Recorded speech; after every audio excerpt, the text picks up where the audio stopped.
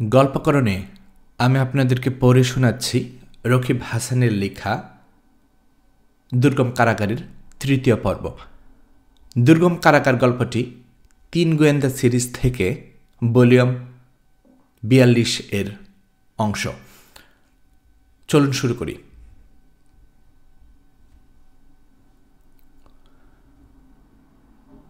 সকালের শীতল আলোয় আসতে দেখা গেল ওদের। পায়ের শব্দ ছাড়াও আরেকটা শব্দ কানে এলো কিশোরের। প্রথমে চিনতে পারল না, গুরুত্ব দিল না তেমন, কিন্তু দলটা কাছে আসতেই সারির সামনের লোকগুলোর হাঁটার ভঙ্গি দেখে বুঝে ফেলল ঘটনাটা কি। কিসের শব্দ তাও বুঝল। শিকল। সর্বনাশ! দম নিতে যেন কষ্ট হচ্ছে। শিকল বেঁধে নিয়ে এসেছে, দিল আমাদের প্ল্যান ভণ্ডুল করে। আর যাতে পালাতে না পারে, তিক্ত কণ্ঠে বলল রবিন। পায়ে শিকল বাঁধা থাকলে দৌড়াতে পারবে না। চুপ হয়ে গেল কিশোর। এরকম কিছু ঘটবে কল্পনাও করেনি। রবিনের কথাই ঠিক।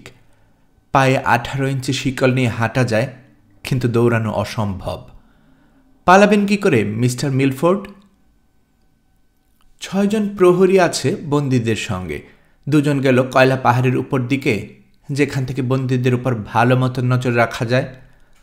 পাহাড়টা কিছুটা বাঁকে বলে খোরলে বসে ওদের উপর তাকিয়ে ওদেরকে দেখতে পাচ্ছে কিশোররা। বাকি 4 জন প্রহরী রয়ে গেল নিচে, একটা নির্দিষ্ট দূরত্ব পরপর। কি হয়েছে বুঝতে পারছি, কিশোর বলল। গার্ডেরা বেশিরভাগ চলে গেছে মিকোসাকে খুঁজতে। গার্ডের সংখ্যা কমে যাওয়ায় কয়েদিদের আটকে রাখার জন্য পায়ে শিকল লাগিয়ে দেওয়া হয়েছে। শিকল থাকায় কেউ আর পালানোর চেষ্টা করতে পারবে না। এভাবে কাজ করবে কি করে ওরা? জানি না, তবে আমার মনে হয় না আজ কেউ আর পালানোর চেষ্টা করবে। কিন্তু সেটা তো আর কথা নয়। কথা হলো তোমার বাবার পায়ে রশিকল আছে। সমস্যাটা সমাধানের কোনো উপায় এখনো দেখতে পাচ্ছি না আমি। ওই যে আসছে, খোদা! আবেগে গলা ধরে এলো রবিনের। দেখো না কি অবস্থাটা হয়েছে। দেখল কিশোর। এত পরিচিত লোকটাকে অচেনা লাগলো। লম্বা লম্বা চুল ঘাড়ের সঙ্গে লেপ্টে রয়েছে। বহুদিন শেভ নেই। দাড়ি গোফের জঙ্গল হয়ে আছে, কপালে গভীর ভাঁজ। পরনের পোশাকটা শতচ্ছিন্ন, কতদিন ধোয়া হয়নি কে জানে। সামনে ঝুঁকে কুঁজো হয়ে ঠেলাগাড়ির হাতল ধরে ঠেলে নিয়ে চলেছেন। নাতে দাঁত চেপে বলল কিশোর, জেলের এই গার্ডগুলো মানুষ না, পিশাচ। মানুষ হলে এরকম কষ্ট দিতে পারত না। মানুষরাই মানুষদের কষ্ট দিতে পারে। পানি চলে এসেছে রবিনের চোখে। শুনেছি সবচেয়ে শয়তান লোকগুলোকে পাঠানো হয় শাখা নিলে। সাইবেরিয়ার চেয়ে খারাপ জায়গা এটা। ভালো মানুষ আসতে যাবে কেন? ভেব না রবিন, দৃঢ় আত্মবিশ্বাসের সঙ্গে বলল কিশোর। আঙ্কেলকে আমরা মুক্ত করবই। চিৎকার করে হুকুম দিতে শুরু করল প্রহরীরা। কাজ শুরু হলো কয়েদিদের। স্বস্তির নিঃশ্বাস ফেলল কিশোর। আগের দিন যেখানে কাজ করতে দেওয়া হয়েছিল মিস্টার মিলফোর্ডকে, আজও সেখানেই কাজ করছেন। কয়লাস্তূপ থেকে কয়লা তুলে ঠেলাগাড়িতে বোঝাই করছেন, নিয়ে গিয়ে জমা করছেন অন্য খানে। এখন কিছু বলো না, রবিনকে সাবধান করল কিশোর। আরও কাছে এলে, আমাদের সামনে দিয়ে যখন যাবেন তখন। তুমি বলবে না আমি? তুমি বলো। প্রথমবার যাওয়ার সময়ই? হ্যাঁ, বেশি কথা বলতে যেও না, শুধু জানাও আমরা এসেছি। আমি নজর রাখছি গার্ডের দিকে। কিছু সন্দেহ করে কিনা বোঝার চেষ্টা করব। সবচেয়ে কাছের প্রহরীটা দাঁড়িয়ে আছে 20-25 গজ দূরে কয়েকজন বন্দির কাছে। শাবল, বেলচা আর গাইতি দিয়ে কাজ করতে গিয়ে এত শব্দ করছে সবাই। কিশোর ভাবছে, ভালোই হলো, কথা বলে প্রহরীর কানে যাওয়ার সম্ভাবনা কম। পাহাড়ের ঢালে টহল দিচ্ছে আরেকজন প্রহরী। কয়লার গা থেকে মাটি খসিয়ে নেওয়া হয়েছে যেখানে। এগিয়ে চলল কাজ। ঠেলাগাড়িতে কয়লা বোঝাই করে হাতল ধরে নিয়ে ঠেলে এগোলেন মিস্টার মিলফোর্ড। বেশ শক্তি লাগছে ঠেলতে, কষ্ট হচ্ছে, কারণ নরম মাটিতে বসে যাচ্ছে ঠেলাগাড়ির লোহার চাকা। রবীন্দ্রের খোলটা একেবারে সামনে দিয়ে এগোলেন তিনি। সময় হয়েছে। প্রহরীদের দিকে তাকিয়ে রইল কিশোর। থেমো না বাবা, বলে উঠল রবিন। আমরা এসেছি তোমাকে নিয়ে যেতে। আবার যখন এদিক দিয়ে যাবে আবার কথা বলবো। চলে গেলেন মিস্টার মিলফোর্ড। কিশোরের দিকে তাকালো রবিন, ফিসফিস করে বলে উঠল, শুনতে পাওয়ার কোনো লক্ষণই দেখালো না তো। নিশ্চয়ই শুনেছেন, চালাক মানুষ, গার্ডদের সন্দেহ জাগাতে চান না। ফিরে যাওয়ার সময় আবার বলো, তাহলেই বুঝতে পারবে। গার্ডদের দিকে নজর আছে আমার, কিছু টের পায়নি ওরা। কি বলবো? বলো, ওমর ভাই আমাদের সঙ্গে এসেছেন। ফিরে এলেন মিস্টার মিলফোর্ড। রবিন বলল, ওমর ভাই প্লেনে করে নিয়ে এসেছেন আমাদেরকে। তোমাকে নিতে এসেছি, তবে আজ পারব না। প্রহরীদের দিকে থেকে পলকের জন্য চোখ ফেরালো কিশোর। দেখল সামান্য মাথা ঝুঁকলেন মিস্টার মিলফোর্ড। রবিনের কথা শুনতে পেয়েছেন। এবার ফিরলে জিজ্ঞেস করবে। কিশোর বলল, ওরা কি সবসময়ের জন্য শিকল পরানোর ব্যবস্থা করেছে নাকি খুলে দেবে? আর শিকলটা লোহার নাকি ইস্পাতের? প্রশ্নটা করা হলো। জানা গেল লোহার শিকল। কবে খুলে দেওয়া হবে, আদৌ হবে কি না জানেন না তিনি। এরপর জিজ্ঞেস করল রবিন। বলো, কাল পরিস্থিতি ঠিক থাকলে তাকে নিয়ে পালানোর চেষ্টা করব আমরা। ঠিক কটার সময় বলা যাচ্ছে না, তবে কাল যেন তৈরি থাকেন। মিকর্ষা আমাদের সঙ্গে আছে, এই কথাটাও তাকে জানিয়ে দাও। জানানো হলো। এই প্রথম কথা বললেন তিনি। বাড়ি চলে যাও, আমার পায়ে শিকল, এ অবস্থাতে পালাতে পারবো না। সেটা আমাদের উপর ছেড়ে দিন, জবাব দিল কিশোর। বিচিত্র উপায়ে এই আলোচনা চলতে থাকলো অনেকক্ষণ ধরে। টহল দিতে দিতে কোনো একজন গার্ড যখন কাছে চলে আসে তখন কথা বন্ধ থাকে। একবার একজন গার্ড কাজ কেমন চলছে দেখার জন্য কাছে এসে দাঁড়ালো। একেবারে খোরলটার সামনে পেছন দিয়ে দাঁড়ালো সে। এত কাছে, হাত বাড়ালে ছুঁতে পারবে কিশোর। সবচেয়ে উদ্বেগের মুহূর্ত হলো যখন সিগারেট ধরিয়ে জ্বলন্ত দেশলাইয়ের কাঠিটা খোরলের মধ্যে আবর্জনার উপর ছুঁড়ে ফেলল প্রহরী। আগুন বেড়ে যাওয়ার আগেই পা দিয়ে মারিয়ে নিভিয়ে ফেলল, কিন্তু খোরলের ধোঁয়া যা ঢুকে যাওয়া ঢুকে গেছে। অনেক কষ্টে কাশি ঠেকালো কিশোর আর রবিন। এই সময় একটা বাঁশি বাঁচল, সরে চলে গেল লোকটা। হাঁপ ছেড়ে বাঁচল দুই গোয়েন্দা। বাঁশি বাজানোর মানে কয়েদিদের দুপুরের খাবারের সময় হয়েছে। কালো রুটির একটি করে টুকরো আর এক ফালি শুকনো মাছ, ব্যাস এই হলো খাবার। দাঁড়িয়ে দাঁড়িয়ে খেতে হলো। তারপর কাজে ফিরে গেল আবার যার যার জায়গায়। আধ ঘন্টার জন্য বিরতি দেওয়া হয়েছিল।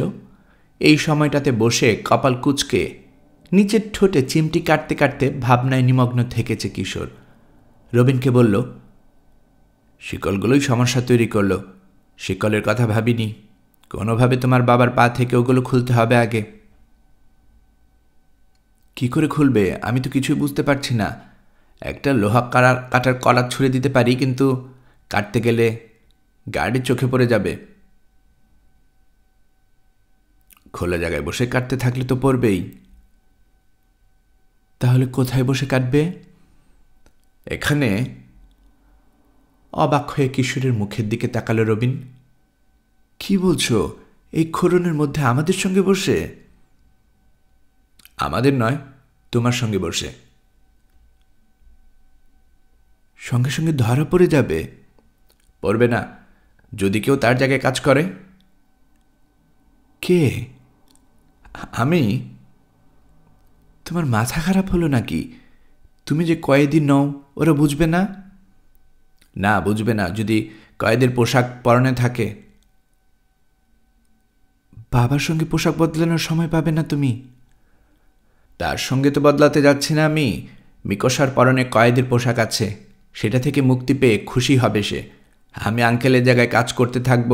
এই সুযোগে তোমরা দুজন বসে শিকলটা কেটে ফেলবে। লোহার শিকল, কাটতে সময় লাগবে না। কিশোরের মুখের দিকে তাকিয়ে আছে রবিন। আমি জানতাম বুদ্ধি একটা তুমি ঠিকই বের করে ফেলবে, কোনো সমস্যাই তোমার কাছে সমস্যা হবে না। বুদ্ধিটা এখন কাজে লাগলেই হয়। একটা কথা ভাবছি, তবে সেটা অনেকখানি নির্ভর করবে আবহাওয়া ভালো থাকার উপর। কি কথা? পরে বলবো, ব্যাপারটা নিয়ে আরও ভাবতে হবে। ওই যে আঙ্কেল আবার আসছেন, তাকে বলো কাল আবার আসবো আমরা। কথাটা জানিয়ে দিল রবিন। বাবাকে অনেক কথাই বলার আছে, কিন্তু এই মুহূর্তে কোনো কথা বলতে পারল না, অত সুযোগ নেই। খোরলে বরফের মতো শীতল হাওয়া ঢুকছে ফুকর দিয়ে। জুবুথুবু হয়ে বসে সময় গুনতে থাকলো দুজন। কখন সন্ধ্যা নামবে, অন্ধকার হবে, প্রহরীরা চলে যাবে। অবশেষে বহু যুগ পরে যেন ছায়া নামল গোধূলির। বন্দীদেরকে জড়ো করা হলো এক জায়গায়, গোনা হলো গরু ছাগলের মতো। তারপর মার্চ করিয়ে নিয়ে রওনা হলো জেলখানায়।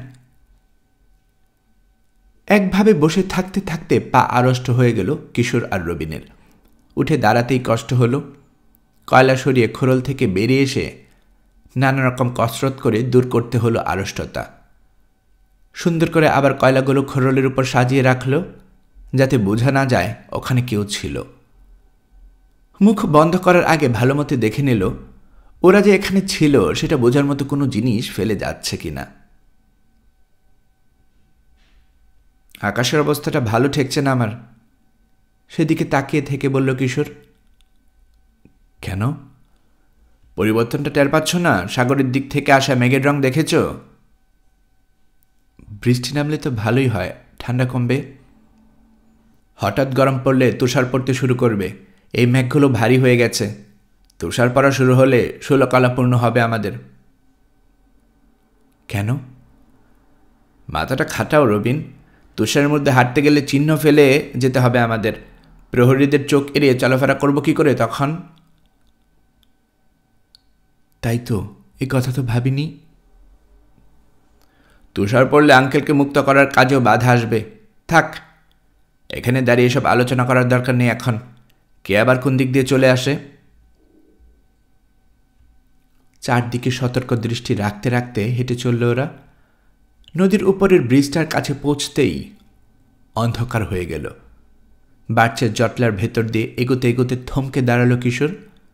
রবিনের হাত চেপে ধরল, কানে কানে কথা বলে শব্দ করতে নিষেধ করল। হাত তুলে দেখালো ব্রিজের দিকে।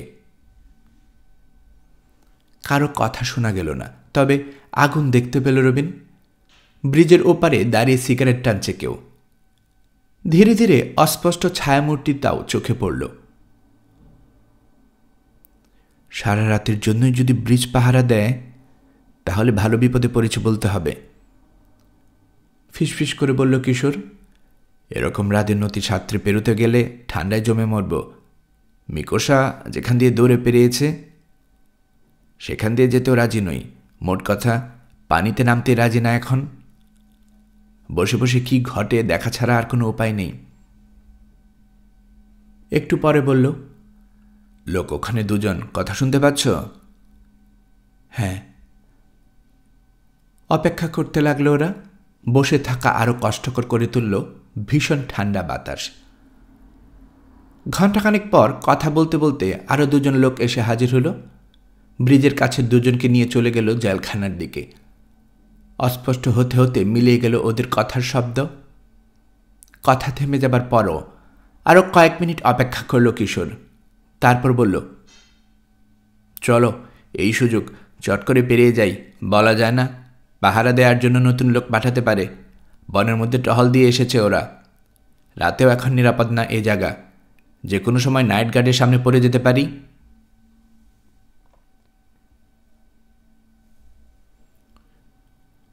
ডিঙ্গিতে করে কিশোর আর রবিনকে এগিয়ে নিতে এলো মুসা। এত দেরি করে এলে? আমরা তো ভাবনায় পড়ে গিয়েছিলাম। কেবিনে চলো, সব বলছি। কিশোর বলল, ভালো কথা, আবহাওয়ার খবর কি? রেডিও শুনেছ নাকি? শুরুতেই আবহাওয়ার খবর কেন? কারণ আছে, আবহাওয়ার উপর অনেক কিছু নির্ভর করছে। রেডিও শুনেছ?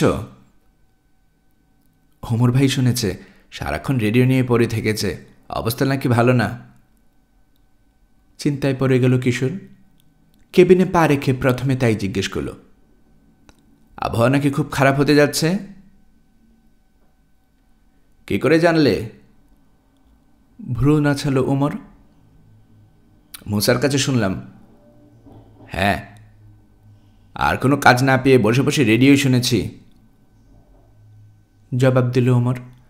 জাপান রেডিওর খবরে বলল, উত্তর পূর্ব থেকে ধেয়ে আসছে ঝোড়ো হাওয়া, পুরো এলাকায় তুষারপাত হওয়ার সম্ভাবনা, আমাদের এই এলাকাটা সহ।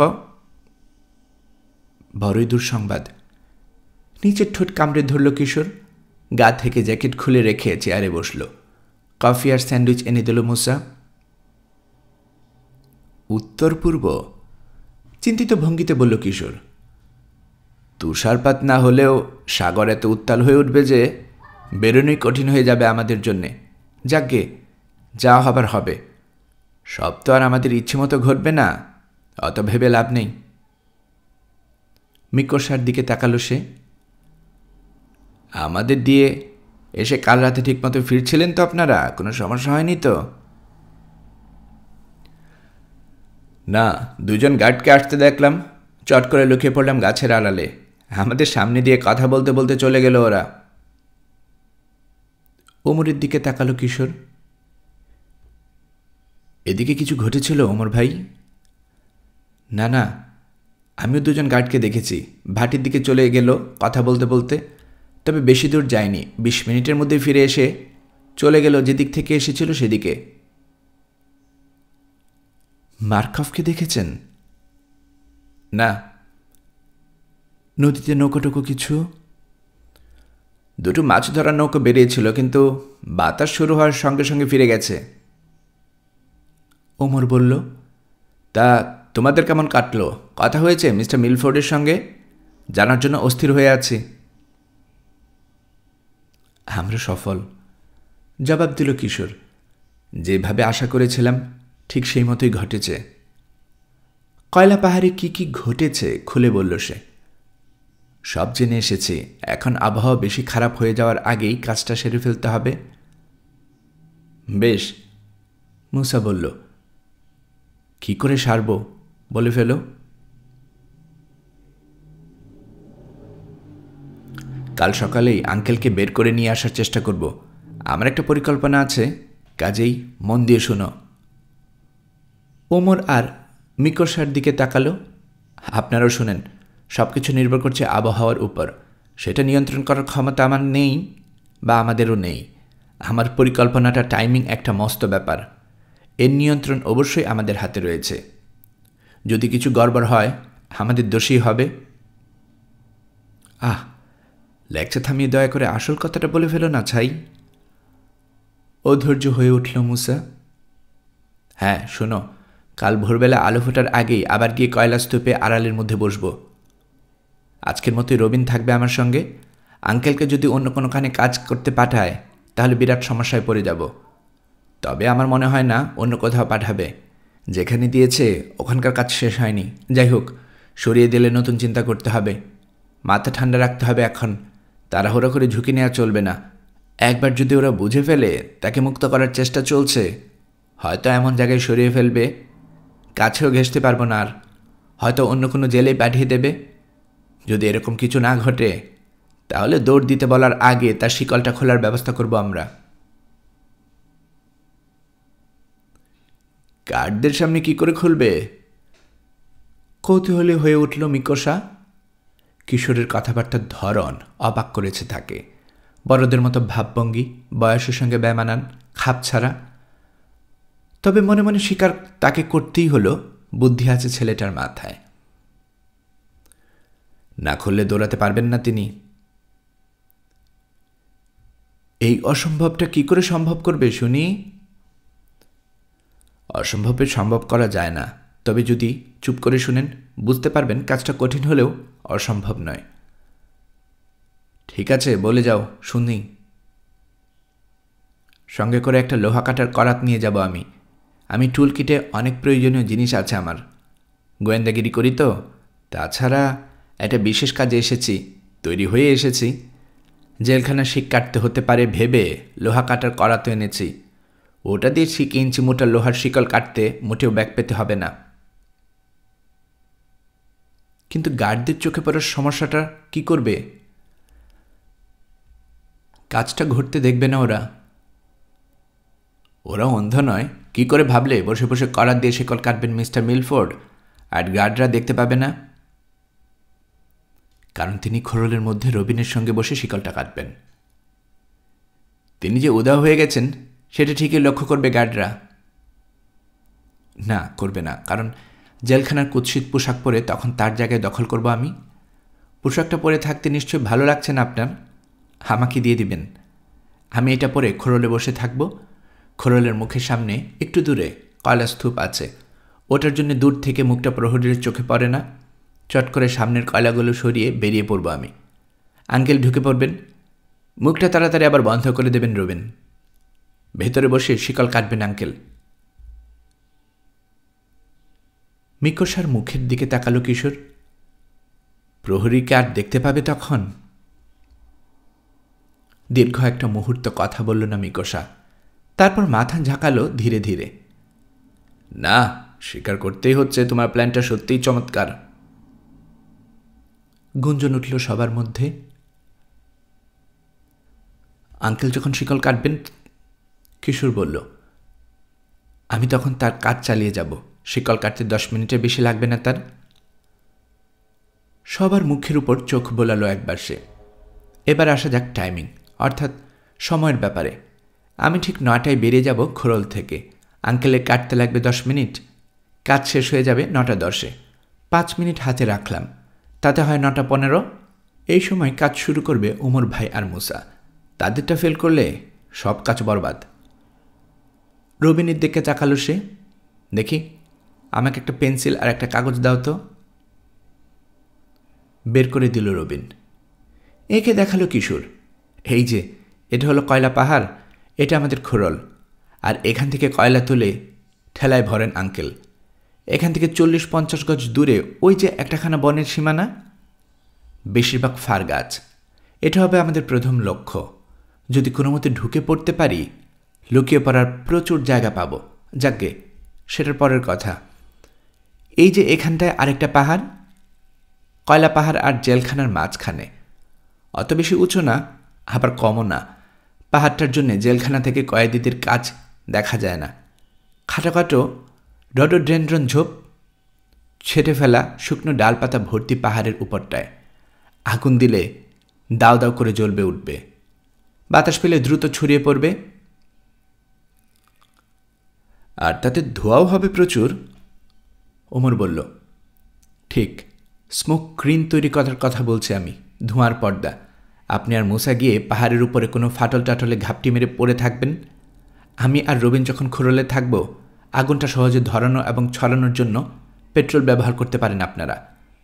প্লেনের ট্যাঙ্ক থেকে বের করে বোতলে করে নিয়ে যেতে পারেন। ঠিক 9টা 15 আগুন লাগাবেন। আগুন আর ধোঁয়ার দিকে নজর সরে যাবে প্রহরীদের, কয়েদিদের দিকে মনোযোগ থাকবে না। ওই কণ্ঠগুলোর মধ্যে ধোঁয়ার চাদরের আড়াল নিয়ে বনের দিকে দৌড় দেব আমরা, প্রহরীরা আমাদের দেখুক বা না দেখুক। কিন্তু কিশোর, একটা কথা ভেবে দেখা উচিত। রবিন বলল, আগুনের ফাঁদে পড়ে যেতে পারে শিকলপাড়া বন্দিরা। শিকল পরে কেউই ঠিকমতো দৌড়াতে পারবে না, আগুন ওদের ধরে ফেলবে। একজনকে বাঁচানোর জন্যে, হোক না সেটা আমার বাবা, অতগুলো মানুষকে মারাত্মক বিপদের মধ্যে ফেলে দিতে পারি না আমরা। সেদিকটাও আমি ভেবেছি। আগুন ওদের কাছে পৌঁছাবে না, কাজেই কোনো ঝুঁকিও নেই। বেশ, ওমর বলল, দাবানল তো লাগালাম, তারপর? ব্রিজের দিকে ছুটবেন। ব্রিজ পেরিয়ে এই ল্যাগুনটায় পারে চলে আসবেন যত তাড়াতাড়ি সম্ভব। ধোঁয়ার জন্য আপনাদের দেখতে পাবে না গার্ডরা, গুলি করতে পারবে না। জেলখানা থেকে দেখা যাওয়ার একটা সম্ভাবনা অবশ্য আছে, কিন্তু আপনারা যেখানে থাকছেন সেখান থেকে জেলখানাটা অনেক দূর। অত দূর থেকে গুলি করে লাগাতে পারবে না। কেউ যদি তাড়া করে আসে তার আগেই ব্রিজের কাছে পৌঁছে যাবেন আপনারা।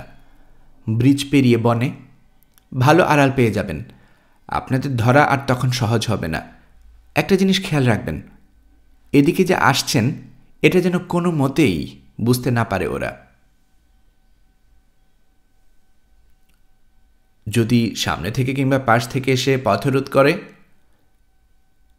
সেটা সামলানোর ভার আপনাদের। অবস্থা বুঝে ব্যবস্থা। পিস্তল তো সঙ্গে থাকছেই, প্রয়োজনে গুলি করে হলেও বাধা দূর করে নেবেন। তা বটে, বিড়বিড় করল মুসা। যান বাঁচানো ফরজ। মিকোসা, কিশোর বলল, প্লেনের দায়িত্বে থাকবে আপনার উপর। প্লেনের ভেতর থাকতে পারেন, কিনারে খালের পাড়েও থাকতে পারেন, আপনার ইচ্ছে। রেডি থাকবেন যাতে আমরা এলে যত দ্রুত সম্ভব আমাদের নিয়ে উড়াল দিতে পারেন। সব প্ল্যান মাফিক হয়ে যাবার পরও দ্বীপ থেকে পালাতে না পারলে কোনো লাভ হবে না। ভয় আরও আছে। কয়েদি পালিয়েছে, যেই বুঝতে পারবে ওরা, রেডিও আর টেলিফোনের যোগাযোগের হিড়িক পড়ে যাবে। কাছাকাছি ওদের কোনো বিমানবন্দর থেকে প্লেন উড়ে আসতে পারে আমাদের বাধা দেওয়ার জন্যে। তোমার প্লেনে ছোট্ট একটা খুঁত আছে, মিকোসা বলল। তার দিকে তাকালো কিশোর। কি? চেহারা দাড়ি গোফে ভরা মিস্টার মিলফোর্ডের মুখ, লম্বা লম্বা চোল। তোমার কই? বহুদূর থেকে চিনে ফেলবে গার্ড যে তুমি অন্য লোক। মুচকি হাসল কিশোর। আপনি ভেবেছেন অত বড় একটা খুঁতের কথা মাথায় ছিল না আমার? সেটা আগেই ভেবে রেখেছি। ছদ্মবেশের সমস্ত জিনিসপত্র রয়েছে আমার টুলকিতে। আপনার অবগতির জন্য আরও একটা কথা জানিয়ে রাখি, ছোটবেলা থেকেই ছদ্মবেশ নেওয়া আমার বেশ মজার একটা খেলা। বহু প্র্যাকটিস করেছি, কাজেই গার্ডদের ফাঁকি দেওয়াটা মোটেও কঠিন হবে না আমার জন্যে। কিশোরের দিকে তাকিয়ে রইল মিকোসা। ধীরে ধীরে হাসি ছড়িয়ে পড়ল মুখে। না, কোনোভাবে ভুল বের করতে পারলাম না তোমার। তার মানে তোমার প্ল্যান সফল হতে বাধ্য। কেন? এখনো সন্দেহ আছে নাকি আপনার? কিশোরও হাসল। আর কোনো খুঁত মাথায় এসে থাকলে বলুন। ভুল আছে কিনা জানার জন্যই তো সবার সঙ্গে খোলাখুলি আলোচনা করছি। সামান্য একটা ভুলেও সবাই মারা পড়তে পারি আমরা। মাথা নাড়ল মিকোসা। না, আমি তো আর কোনো ভুল দেখতে পাচ্ছি না। বেশ, তাহলে আলোচনা এখানেই শেষ। ঘড়ি দেখল কিশোর। সময় আছে, ঘন্টা তিনেক ঘুমিয়ে নেওয়া যাক। অবশ্য এত উত্তেজনার মাঝে যদি ঘুম কারো আসে তো মিস্টার মিকোসো, আমার কাপড়ের সঙ্গে আপনার জেলখানার পোশাক বদল করতে তো কোনো আপত্তি নেই আপনার? হাসল সে। ওগুলোর উপর বেশি মায়া থাকলে পরে ফেরত দিয়ে দেব না হয়। ইয়ার কি মারছ? হাসল মিকোসা। ফেরত তো দেয়া লাগবেই না। এই গন্ধের হাত থেকে বাঁচানোর জন্য কোনো দিন যদি সুযোগ আসে, বরং পুরস্কার দেব তোমাকে। তাহলে খুলুন, আমার কাপড়গুলো গায়ে লাগবে তো আপনার? লাগবে। জেলখানার পোশাক দিয়ে তোমার কোনো ভাবনা নেই। ওগুলোর কোনো মাপ থাকে না। কারো টাইট হয়, কারো ঢিলা। এ নিয়ে মাথা ঘামানোর অবস্থা নেই কয়েদিদের। ওমর বলল, তোমরা বদ্যাবদ্যি করতে থাকো, আমি চট করে গিয়ে আকাশের অবস্থাটা দেখে আসি। মিনিট খানিকের মধ্যেই ফিরে এলো সে। জানালো, শুকনো, বাতাসের মোড় ঘুরেছে সামান্য, সোজা মোহনার দিকে বইছে এখন। সাগর উত্তাল, তবে এখনও দুশ্চিন্তার কিছু নেই। বাতাসের গতি এখন যেদিকে আছে সেদিকে থাকলে আগুন ছাড়তে সুবিধা হবে। কিশোরের দিকে তাকালো। কয়টায় রওনা হতে চাও? ভোর 4টায়। আগে ভাগে গিয়ে গুছিয়ে বসতে চাই। দেরিতে গিয়ে তাড়াহুড়ো শুরু করলে ভুল হয়ে যাওয়ার সম্ভাবনা বেশি।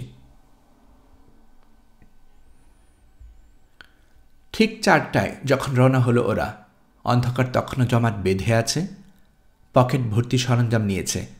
ভারী হয়ে আছে পকেট। ডিঙ্গিতে করে ওদের নামিয়ে দিল মিকোসা। ওদের পরিকল্পনায় ছোট একটা পরিবর্তন আনা হয়েছে। উমর আর মুসা আগুন লাগানোর পর দৌড়ে এসে ব্রিজ পার হয়ে সোজা প্লেনের কাছে যাবে না। ব্রিজের অন্য পারে লুকিয়ে বসে কিশোরদের আসার অপেক্ষায় থাকবে। তারপর সবাই মিলে একসঙ্গে আসবে লেগুনের পারে। দুটো সুবিধা হবে এতে। পথে কোনো বাধা এলে প্রতিরোধ করার শক্তি পাবে, আর দ্বিতীয়ত এক দলের জন্য আরেক দলকে অহেতুক চিন্তা আর উদ্বেগের মধ্যে পড়তে থাকতে হবে না। গত কয়েক ঘন্টায় আবহাওয়ার পরিবর্তন ঘটেনি। বাতাস এখনও শুকনো, আশি আশি করতে থাকা তুষার এখনও এসে হাজির হয়নি। যদিও আকাশ ভারী মেঘে ঢাকা, চাঁদ তারার মুখ দেখা যাচ্ছে না। মাঝারি গতিতে বয়ে চলছে হাড় কাঁপানো ভয়ানক ঠান্ডা বাতাস। পানিতে ঢেউয়ের নাচন, তবে পানি ফুলে ফেপে খালে ঢুকে প্লেনটার ক্ষতি করার মতো অবস্থা এখনও হয়নি। খুব সাবধানে নিঃশব্দে এগিয়ে চলছে দলটা। তাড়াতাড়ি চলতে পারছে না, পারার কথাও নয়। অন্ধকার বনের মধ্যে শব্দ না করে সাবধানে চলতে গেলে গতি কমে যাওয়াটাই স্বাভাবিক। তবে ভাবনা নেই, আগে ভাগে বেরিয়ে পড়েছে। ভোর হওয়ার আগেই তৈরি হয়ে বসে যেতে পারবে যার যার জায়গায়। নিরাপদেই ব্রিজের কাছে পৌঁছে গেল ওরা। পিস্তল হাতে ব্রিজের আশেপাশে একবার চক্কর দিয়ে এলো ওমর। কোথাও কোনো বিপদ ওত পেতে আছে কি না নিশ্চিত হয়ে নিল। কিছু ঘটল না। ব্রিজের গোড়ায় পৌঁছে পুরো 1 মিনিট ঠায় দাঁড়িয়ে থেকে কান পেতে রইল সে। আলো ফুটেছে কিছুটা, কয়েক গজ দূর পর্যন্ত দৃষ্টি চলে এলো।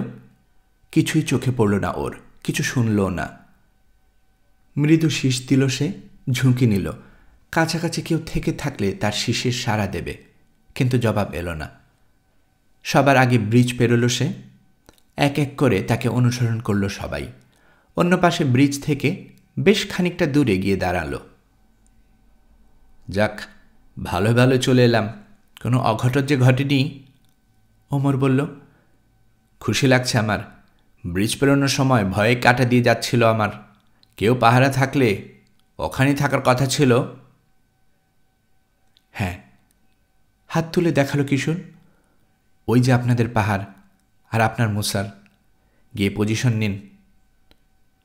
মুসা, মাথা নামিয়ে রাখবে, কোনো শব্দ করবে না, কি ঘটছে দেখার চেষ্টাও করবে না।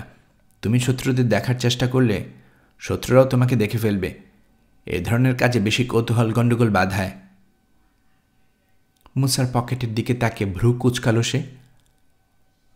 পকেটে কি উঁচু হয়ে আছে যে? এই 2-4টা টুকিটাকি জিনিস, মনে হলো যদি কাজে লেগে যায়। সন্দেহের চোখে তার দিকে তাকালো কিশোর। দেখো, বোকামি করে বসো না আবার। করব না, নিশ্চিন্তে থাকতে পারো। বোকামি করলে যে মরতে হবে সে ভয় কি নেই আমার, ভেবেছ? ঠিক আছে ওমর ভাই, কিশোর বলল। যান আপনারা।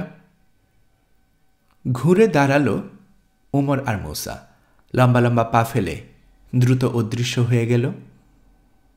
এসো রবিন, কিশোর বলল।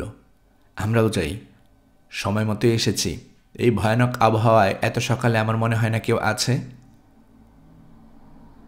কিন্তু নেই বলে সাবধানতার যে কমতি হলো তা নয়। ধূসর হয়ে আসছে আকাশের রং। আরেকটা দিনের আগমন। যত তাড়াতাড়ি পারল খোরলে ঢুকে বন্ধ করে দিল মুখটা। ধীরে ধীরে আরো পরিষ্কার হলো আকাশ। সীসার মতো রং এখন। পায়ে শিকল পরানো কয়েদি আর তাদের সশস্ত্র প্রহরীদের আসার ঝমঝম শব্দ পাওয়া গেল। পাহাড়ের মাগ ঘুরে বেরিয়ে এলো। কয়লা পাহাড়ে যার যার জায়গায় গিয়ে দাঁড়ালো।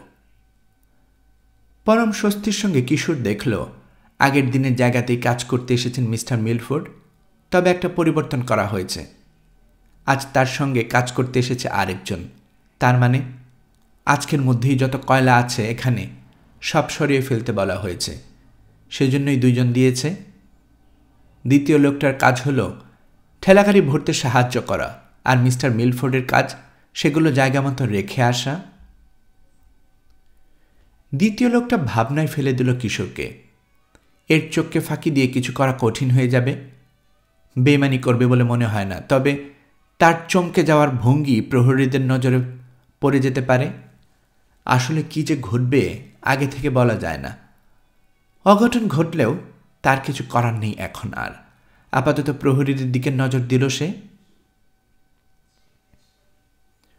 প্রহরীর সংখ্যা আগের দিনের মতোই আছে। আগের দিন যে যেখানে পাহারায় ছিল আজও সেখানেই পাহারা দিচ্ছে। দিনের কাজ শুরু হলো। ঘড়ি দেখল কিশোর, 8টা বেজে কয়েক মিনিট হয়েছে। ঠেলাগাড়ির প্রথম কিস্তিটা বোঝাই করে এগিয়ে এলেন মিস্টার মিলফোর্ড।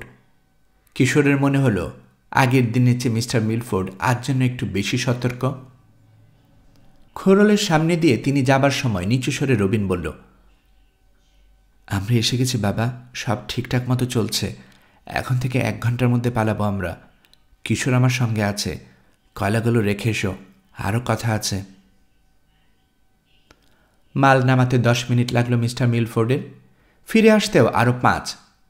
খালি ঠেলা, যাচ্ছেন নিচের দিকে। আসার চেয়ে যেতে তার সময় লাগলো কম, কাজেই কথা বলার সময় পাওয়া গেল কম। কিশোর বলল, যদি কোনো গণ্ডগোল বাঁধে কিংবা কোনো কারণে আজ কাজ বন্ধ করে দিতে চায় প্রহরীরা, সোজা এখানে চলে আসবেন, আমাদের কাছে পিস্তল আছে। জবাব দিলেন না মিস্টার মিলফোর্ড।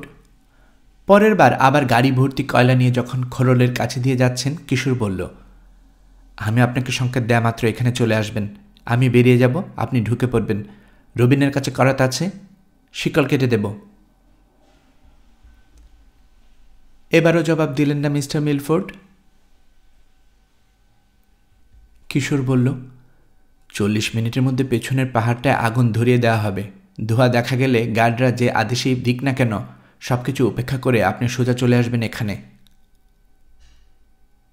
কথা বললেন না মিস্টার মিলফোর্ড, চলে গেলেন গাড়ি ঠেলে নিয়ে। সন্দেহ হলো কিশোরের, জবাব দিচ্ছেন না কেন? শুনতে পাচ্ছেন না নাকি? না দ্বিতীয় লোকটার জন্য এরকম না শোনার ভান করে রয়েছেন? পরের বার যাওয়ার সময় জিজ্ঞেস না করে পারল না কিশোর, আপনি কি আমার কথা শুনতে পাচ্ছেন না? খুব সামান্য মাথা ঝাঁকালেন মিস্টার মিলফোর্ড। আর কোনো কথা হলো না। এবার শুধু অপেক্ষার পালা। মিনিট গুনতে আরম্ভ করল কিশোর। আরও 20 মিনিট বাকি। তীব্র উত্তেজনায় রবিনের ঠোঁট কাঁপছে। কিশোর বলল, শান্ত থাকো। কিন্তু সে নিজেই শান্ত থাকতে পারছে না। উত্তেজনাটা তার মাঝেও সংক্রমিত হয়েছে। অঘটন ঘটে যাওয়ায় প্রচুর সময় আছে এখনো। 9টা বাজতে 10 মিনিটের সময় হালকা তুষারের একটা কণা বাতাসে ভেসে আসতে দেখা গেল। মাত্র একটা কণা, কিন্তু তার চোয়ালটাকে কঠিন করে তোলার জন্যই যথেষ্ট। সে জানে এরপর আরও আসবে। এখানে আর যাই হোক, তুষারপাত চায় না সে। তুষার পরে ভিজে গেলে কোনো কিছুতেই আর আগুন ধরবে না ঠিকমতো। তাছাড়া তুষারপাতের সুযোগে পালানোর চেষ্টা করতে পারে কয়েদিরাও। এই ভয়ে তাদের ডেকে নিয়ে যাবে প্রহরীরা। তুষার পড়া বাড়তে শুরু করল। ঘূর্ণি বাতাসে পাক খেতে শুরু করেছে কণাগুলো। দৃষ্টিশক্তিতে বাধা সৃষ্টির মতো ঘন হয়ে উঠেনি এখনো, তবে এটা নিশ্চিত ঝড় আসছে। অদ্ভুত রং হয়েছে আকাশের। রংটা যে ঠিক কি বলতে পারবে না কিশোর। 9টা বাজতে 5। আর দেরি না করে কাজ শুরু করার সিদ্ধান্ত নিয়ে ফেলল সে। এভাবে প্ল্যান পরিবর্তন করলে মুসা আর উমরের জন্য ঝুঁকির ব্যাপার হয়ে যাবে। নিশ্চয়ই অপেক্ষা করলে বিফল হয়ে ফেরত যাওয়া লাগতে পারে। তুষার ঝড়ের মধ্যে নিশ্চয়ই কয়েদিদের খোলা জায়গায় কাজ করতে দিতে চাইবে না প্রহরীরা, কারণ তাদের নিজেদের তুলনায় কয়েদির সংখ্যা অনেক বেশি। রবিনকে বলল সে, পরের বার তোমার বাবা এলেই বেরিয়ে যাব আমি। মিস্টার মিলফোর্ড যখন ঠেলা বোঝাই করছেন, ভরে গেছে, আর 2-3 মিনিটের মধ্যেই নিয়ে চলে আসবেন। কিন্তু এই সময় ঘটল অঘটন। বেশি বোঝাই হয়ে গিয়েছিল বোধহয়, উল্টে গেল ঠেলাটা। হাতল চেপে ধরে রেখেও কিছু করতে পারলেন না। সমস্ত কয়লা ছড়িয়ে পড়ল পাহাড়ের ঢালে। দুর্ঘটনা ঘটার যেন আর সময় পেল না। কিশোর আশা করল গার্ডের চোখে পড়বে না, কিন্তু ঠিকই পড়ল। চিৎকার করে বলে উঠল কি যেন। কথা বুঝতে পারল না কিশোর। ভাবল আরও সাবধান হয়ে কাজ করতে বলেছে। ব্যাপারটা এখানেই শেষ হয়ে গেলে কোনো ক্ষতি হতো না, কিন্তু কর্তৃত্ব জাহির করার জন্য গটমট করে এসে হাজির হলো লোকটা। ভাষা না বুঝলেও তার ভঙ্গিতেই বোঝা গেল গালাগাল করছে। পেছন থেকে এসে সাপাং করে মিস্টার মিলফোর্ডের পিঠে বাড়ি মারল। ঝুঁকে কাজ করছিলেন তিনি। বাড়িটা যে আসছে দেখতে পাননি, বাড়ি খেয়ে পড়ে যাচ্ছিলেন, তবুও একটা শব্দ বেরোল না তার মুখ থেকে। কাজ করে গেলেন এমন ভঙ্গিতে যেন কিছুই ঘটেনি। এটা সহ্য করতে পারল না প্রহরী। প্রচণ্ড রাগে আবার বাড়ি মারল। এবার বাড়িটা আসতে দেখেছেন মিস্টার মিলফোর্ড। ঝট করে হাত তুলে নিলেন মুখের কাছে। বাড়িটা হাতে লাগল। এবারও কোনো আওয়াজ বেরোল না মুখ থেকে। প্রচণ্ড রাগে কাঁপতে শুরু করল রবিন। বেরোনোর জন্য নড়ে উঠতেই ধরে ফেলল কিশোর। বোকামি করো না। হেসে উঠল কানের কাছে। মরতে চাও নাকি? পেছনে হেলান দিয়ে এলিয়ে পড়ল রবিন। দাঁতে দাঁত চেপে বলল, ওকে ওকে আমি ছাড়ব না। সময় আসুক। গাড়িতে কয়লা ভরতে লাগলো মিস্টার মিলফোর্ড। কয়লা ভরা শেষ করে রওনা হলেন রেখে আসার জন্য। ঘাড়ের কাছে দাঁড়িয়েছিল এতক্ষণ লোকটা। ধীরে ধীরে সরে গেল। আগের জায়গায় গেল না, তার চেয়ে আরেকটু কাছে অন্যখানে গিয়ে দাঁড়াল। আমি যাচ্ছি, কিশোর বলল। এখন না গেলে আর সুযোগ পাব না। এগিয়ে আসছেন মিস্টার মিলফোর্ড। ভারী গাড়ি, ঠেলে আনতে কষ্ট হচ্ছে। 2 গজ দূরে থাকতে বলে উঠল কিশোর, যাচ্ছি। হাতের ধাক্কায় ফুকুরের মুখের কয়লা সরিয়ে বেরিয়ে গেল সে।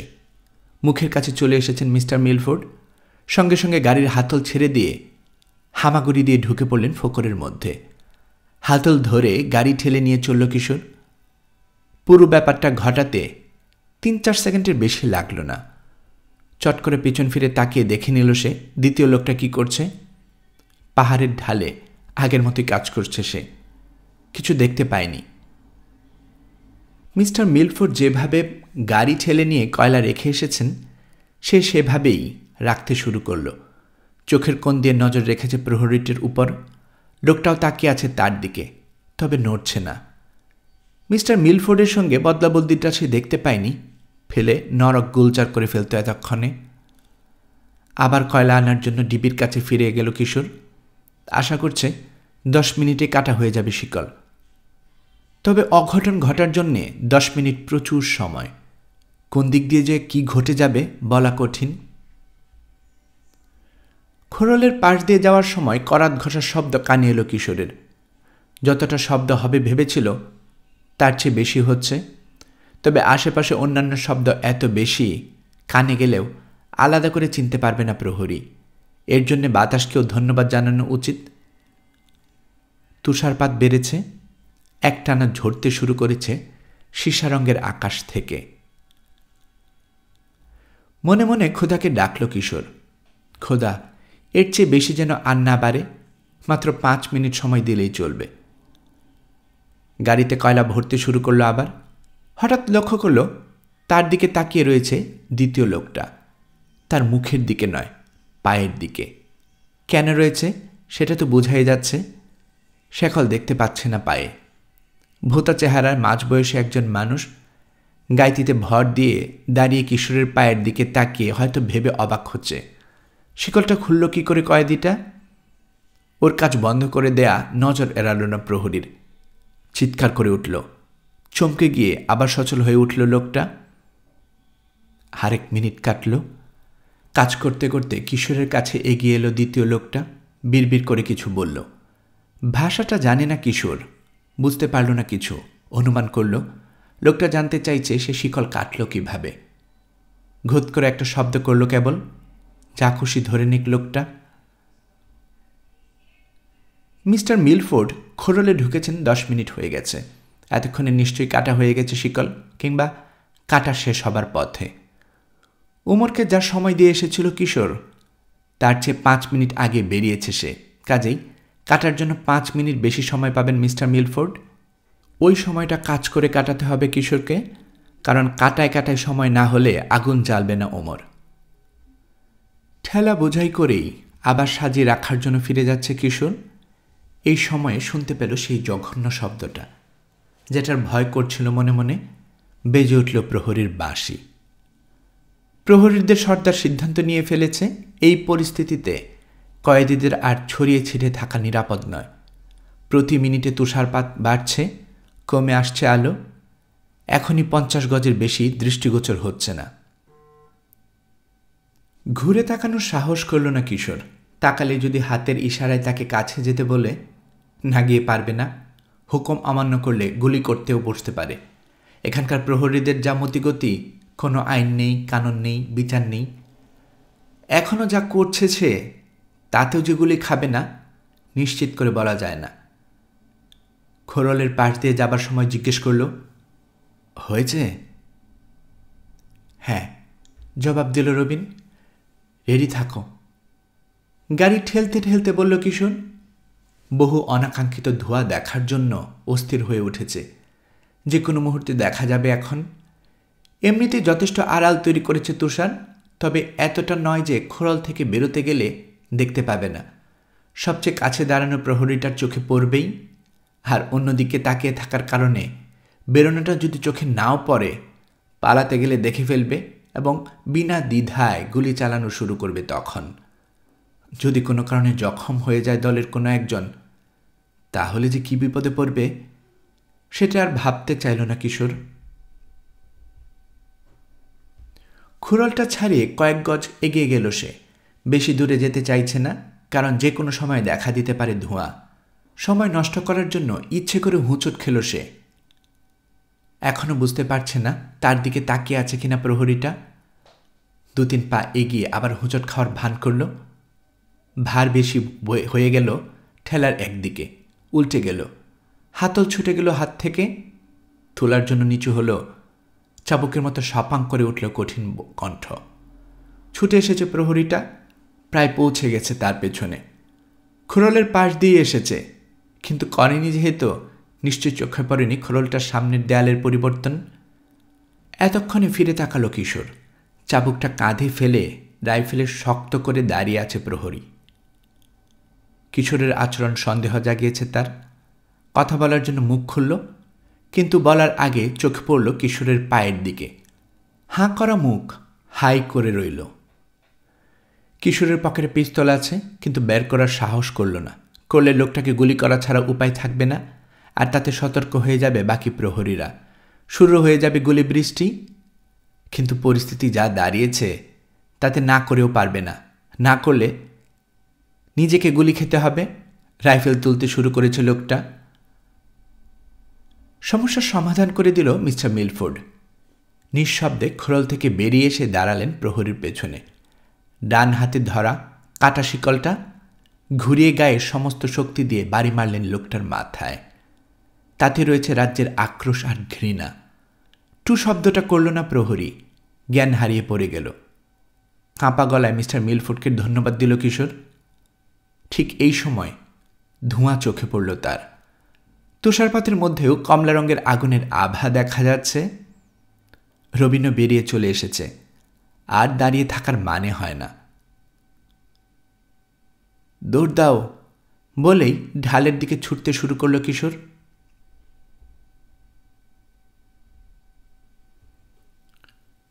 শুরু হলো নরক গুলজার। চিৎকার, চেঁচামেচি, হট্টগোল। গুলির শব্দ হলো একবার। বাতাসে ভর করে ভেসে আসতে শুরু করলো ধোঁয়ার খণ্ড খণ্ড মেঘ। শুধু ধোঁয়া নয়, ছাই, পুরা কাঠকুটো আসতে লাগলো। তুষারপাত না হলে স্ফুলিঙ্গ আসত। আগুন ধরে যেত দাহ্য কোনো জিনিস যা পেত তাতেই। ঢালের গোড়ায় দাঁড়িয়ে অবাক হয়ে দেখল কিশোর আগুনের লম্বা একটা দেয়াল লাফিয়ে লাফিয়ে এগিয়ে আসছে কর্মক্ষেত্রের দিকে। মোটামুটি একটা আগুন চেয়েছিল সে, যে জিনিস কল্পনাও করেনি। বাতাসে রজনের তীব্র গন্ধ। রজন এবং বাতাস দুই জিনিস মিলে এই অবস্থা সৃষ্টি করেছে। মাথার উপর দিয়ে জ্বলন্ত ফার নিডল উড়ে গিয়ে কয়লার উপর পড়তে দেখলে ঘাবড়ে গেল সে। যে পরিমাণ শুকনো লতাপাতা আছে জায়গাটাতে, পুরো পাহাড়টাই জ্বলে উঠতে পারে। ফারের জঙ্গলে আগুন ছড়িয়ে পড়লে, যেটাতে আশ্রয় নেওয়ার কথা ভাবছে ওরা, পুরো অঞ্চলটা নরকে পরিণত হবে। পায়ের নিচে পাথর, কয়লার টুকরো আর আগলা জিনিসের অভাব নেই। পা পড়লে হড়কে যায়। তার উপর দিয়েই যতটা সম্ভব দ্রুত ছুটে পৌঁছে গেল বনের কিনারে। রবিন আর মিস্টার মিলফোর্ড ঠিক তার পেছনেই লেগে আছেন। কোনো দিকে না তাকিয়ে অন্ধের মতো বনের দিকে ছুটতে লাগলো ওরা। ঘন ধোঁয়ার জন্য গাছ দেখা যাচ্ছে না। বেশি কাছে গেল না, মন নিয়ে ছুটল বাঁ দিকে, নদীর কাছে যাওয়ার জন্যে। ওটা পেরোতে হবেই। কত দূরে আছে ওটা জানে না, এদিকটা কখনোই আসেনি, অনুমান করছে সামনেই কোথাও পেয়ে যাবে। কতখানি ছুটেছে বলতে পারবে না, তবে অনেক হবে। পেছন থেকে ডাক দিল রবিন, কিশোর থামো, বাবা দৌড়াতে পারছে না আর। আরে না না, থামার দরকার নেই, মিলফোর্ড বললেন। শিকল পরে থাকতে পা আড়ষ্ট হয়ে গেছে তো, খানিক দৌড়ালে ঠিক হয়ে যাবে। এখন থেমো না, বিপদ হবে। কোন দিকে যাচ্ছ? নদীর দিকে, ব্রিজটার কাছে যেতে হবে। পাহাড়ে থাকতে পারে ওখানে। তা পারে, দেখা যাক, যাই ঘটুক, শুকনো কাপড়ে ওপরে যেতে চাই আমি। আবার রওনা হলো কিশোর। আগের মতো অত জোরে দৌড়ালো না আর। মিস্টার মিলফোর্ড কুলিয়ে উঠতে পারবে না। বাতাস এখন তুষার কণায় ভরা, কিন্তু ঘন হয়ে গজানো গাছের ডালপালার ভেতরে তুষার পড়তে পারছে না। কয়লা পাহাড়ে কি ঘটেছে কে জানে, বুঝে হবে বা কি ভাবল। ওটা তো আর নিয়ন্ত্রণ নেই। গাছপালার ফাঁকফোকর দিয়ে তুষার আর ধোঁয়ার মধ্যে কমলা রঙের আভা দেখতে পাচ্ছে কেবল। যতটা ভেবেছিল তার চেয়ে দূরে নদীটা পাওয়া গেল অবশেষে। তেমন চওড়া নয় এখানটায়, তবে যত কমই হোক, হেঁটে পেরোতে গেলে কাপড় জামা আর শুকনো থাকবে না। পানির রং কালো, কতটা গভীর বোঝা যায় না। হাঁটতে গিয়ে যদি দেখা যায় সাঁতার কাটতে হবে, তাহলেই হয়েছে। ব্রিজ দিয়ে পেরোনোর চেষ্টা করা উচিত, কিশোর বলল। নদীর পাড়ে বামন বাড়ছের জটলা, নিচু ডালওয়ালা উইলো আছে। যতটা সম্ভব নদীর কিনারা ঘেঁষে ওগুলোর মধ্যে দিয়ে হাঁটতে লাগলো আবার সে। নদী পার হয়ে কোথায় যাবে জানতে চাইলেন মিস্টার মিলফোর্ড। প্লেনের কাছে, লেগুনের ভেতরে নল খাকরার মধ্যে লুকিয়ে রেখেছি। এখান থেকে কয়েক মাইল হবে। আর কোনো কথা হলো না। এক সারিতে এগোলো ওরা। সবার পেছনে রইলেন মিস্টার মিলফোর্ড। খানিক আগের হট্টগোলের পর এখন অদ্ভুত নীরব লাগছে সবকিছু। তুষারের কণার আকার বড় হয়েছে, আরও ঘন হয়েছে। কিছুক্ষণ ধরে গাছের পাতার তুষারপাতের একটানা ঝিরঝির শব্দই কেবল শোনা গেল। তারপর কানে এলো একটা শব্দ, ঝম ঝম ঝম ঝম। অদ্ভুত শব্দ। এই পরিবেশে কেমন যেন লাগে শুনতে। কিসের শব্দ বুঝতে অসুবিধা হলো না কারোরই। শিকলের। কাছেই কোনোখান দিয়ে এগিয়ে চলছে শিকল পরানো হতভাগ্য কয়েদির দল। হাত তুলে থামতে ইঙ্গিত করল কিশোর। নিচু স্বরে বলল, ওদের চলে যেতে যাওয়া উচিত, পার হয়ে যাক। অপেক্ষা করতে লাগলো ওরা। ভুতুরে শব্দটা চলে না যাওয়া পর্যন্ত নড়ল না। সিকি মাইল মতো পেরিয়েছে ওরা। এই সময় ঘটল আরেকটা অঘটন। তুষার ঝড়ের সময় যেটা সচরাচর ঘটে না, হঠাৎ বন্ধ হয়ে গেল তুষার পড়া। যেন আচমকা রসদ ফুরিয়ে গেছে তুষারের। সামনে অনেকখানি জায়গা নজরে আসছে এখন। মুশকিল হলো, খোলা জায়গায় রয়েছে ওরা। বাড়ছের পরের জটলার মধ্যে যাওয়ার জন্যে দৌড় মারল, ঢুকে পড়ল তাতে। ওখান থেকে চারপাশে তাকিয়ে দেখতে লাগলো কোথায় কি আছে। কোথায় আছে চিনতে পারল। নদীর সেই অগভীর জায়গার কাছে চলে এসেছে ওরা। মিকোসা যেখান দিয়ে দৌড়ে পার হয়েছিল। বাদিকে কিছু দূর ধোঁয়া উঠতে দেখা যাচ্ছে এখনও। পাহাড়ে যেখানে আগুন লেগেছিল পুরে কালো হয়ে আছে একটা বিরাট অংশ। ব্রিজটা রয়েছে সামনে 300 গজ দূরে। পায়ে চলা পথ ধরে ঘন সারিবদ্ধভাবে এগিয়ে চলেছে কয়েদিরা। দুপাশ থেকে কঠোর পাহারা দিয়ে নিয়ে যাওয়া হচ্ছে তাদের। এখানে থাকি আমরা কিছুক্ষণ, কিশোর বলল। ওরা না যাওয়া পর্যন্ত বেরোতে গেলে যদি দেখে ফেলে মুশকিলে পড়ে যাব, তার চেয়ে অপেক্ষা করি। কেউ কোনো প্রতিবাদ করল না। একজন গার্ডও কম আছে, আবার বলল কিশোর। তার মানে আঙ্কেল যেটাকে শিকল দিয়ে পিটিয়েছেন সেটা আসতে পারেনি, হয়তো মরে গেছে। যদি না মরে বেহুশ হয়ে গিয়ে থাকে তাহলে হয়তো তুলে বয়ে নিয়ে যাওয়া হয়েছে জেলখানায়। হেড গার্ডকে একটা ভালো সমস্যা উপহার দেবে সে। কি করে? রবিনের প্রশ্ন। হুঁশ ফেরাতে পারবে না বলে? না, মুচকি হাসল কিশোর। সে জানাবে এই বন্দি পালানোর পেছনে দুজন লোকের হাত আছে। দুজনের চেহারা একই রকম, একজনের পায়ের শিকল ছিল, আরেকজনের ছিল না। কিন্তু বাড়ি নিয়ে যখন গুনবে দেখবে গায়েব হয়েছে মাত্র একজন লোক। তাহলে আরেকজন কোথায় গেল? গার্ডের সামনের লোকটা যে কে ছিল? শিকল খুলল কি করে? আর মাথায় বাড়ি বা মারল কে? মস্ত ধাঁধা না? শিকল খোলা যে দেখেছে নাকি গার্ডটা? অবশ্যই দেখেছে। আরেকটু হলে ওর চোখের কোটর থেকে বেরিয়ে চলে আসছিল। শুধু সেই না, আঙ্কেলের সঙ্গে যেই আরেকটা লোক কাজ করছিল সেও দেখেছে। আমার দিকে এমন করে তাকাচ্ছিল, ভয় পেয়ে গিয়েছিলাম। আরেকটু হলে দিচ্ছিল খেল খতম করে। জেলখানায় নিয়ে গিয়ে যদি কয়েদিদের জিজ্ঞাসাবাদ করে, তাহলে নিশ্চয়ই এই লোকটা গার্ডের কথার সঙ্গে একমত হয়ে বলবে একজন কয়েদির পায়ে শিকল ছিল না। জেলখানার কর্তৃপক্ষকে এটা ভাবিয়ে তুলবে। মুখ ফিরিয়ে নদীর দিকে তাকালো কিশোর। ব্রিজের কাছে কাউকে দেখা যাচ্ছে না। দলটা দূরে চলে যাওয়ার সঙ্গে সঙ্গে দৌড় দেব, তবে মাটিতে পড়া তুষার একটা মস্ত ক্ষতির কারণ হবে। পায়ের ছাপ পড়ে যাবে। শুধু আমাদেরই না, উমর ভাই আর মুসার ছাপও পড়বে। ওরাই তাহলে আগুনটা লাগিয়েছিল? জানতে চাইলেন মিস্টার মিলফোর্ড। হ্যাঁ। কোথায় ওরা? মনে হয় নিরাপদে কেটে পড়েছে, ব্রিজের অন্য পাশে অপেক্ষা করছে এখন। কিন্তু কই? রবিন বলল, দেখা তো যাচ্ছে না। ওরা কি আর অত বোকা খোলা জায়গায় দাঁড়িয়ে থাকবে? আছে কোনোখানে বনের ভেতর। নজর রেখো আমাদের জন্য। জেলখানায় কি যে হচ্ছে, মিস্টার মিলফোর্ড বললেন। ব্রিজের দিক থেকে চোখ ফেরালো কিশোর। খুলে গেছে জেলখানার গেট। 3 জন কসাক বেরিয়ে এসে এগিয়ে গেল শিকলপাড়া কয়েদিদের দলটার দিকে। সাবধান হয়ে গেল কিশোর। জরুরি কণ্ঠে বলল, ব্রিজের দিকে আসছে বোধহয়। আমাদের আগে পৌঁছে গেলে মরেছি। আটকা পড়তে হবে এ পাশটায়। গার্ডদের সঙ্গে কথা বলার জন্য থামবে নিশ্চয়ই। মাত্র মিনিটখানেক সময় আছে আমাদের হাতে। দেরি করলে দেখে ফেলবে। ছুটতে শুরু করল কিশোর। কসাকদের দিকে চোখ রেখে বার্চের ভেতর দিয়ে এগোলো। পিছে পিছে ছুটল অন্য 2 জন। ছুটতে ছুটতে কিশোর বলল, যা ভেবেছিলাম, গার্ডদের সঙ্গে কথা বলে জেনে নেবে সব। মিস্টার মিলফোর্ডকে বলল, দৌড় দিন। রবিনের দিকে তাকালো। দৌড়াতে থাকো, কোনো কারণেই থামবে না। ওরা এদিকে তাকানোর আগেই ব্রিজের কাছে পৌঁছে যাওয়া চাই আমাদের। কয়েদিদের কাছে ঘোড়া নিয়ে থামালো 3 জন কসাক। হেডগার্ডের সঙ্গে কথা বলতে চাইল বোধ হয়, কারণ ওদের দিকে এগোতে দেখা গেল লোকটাকে।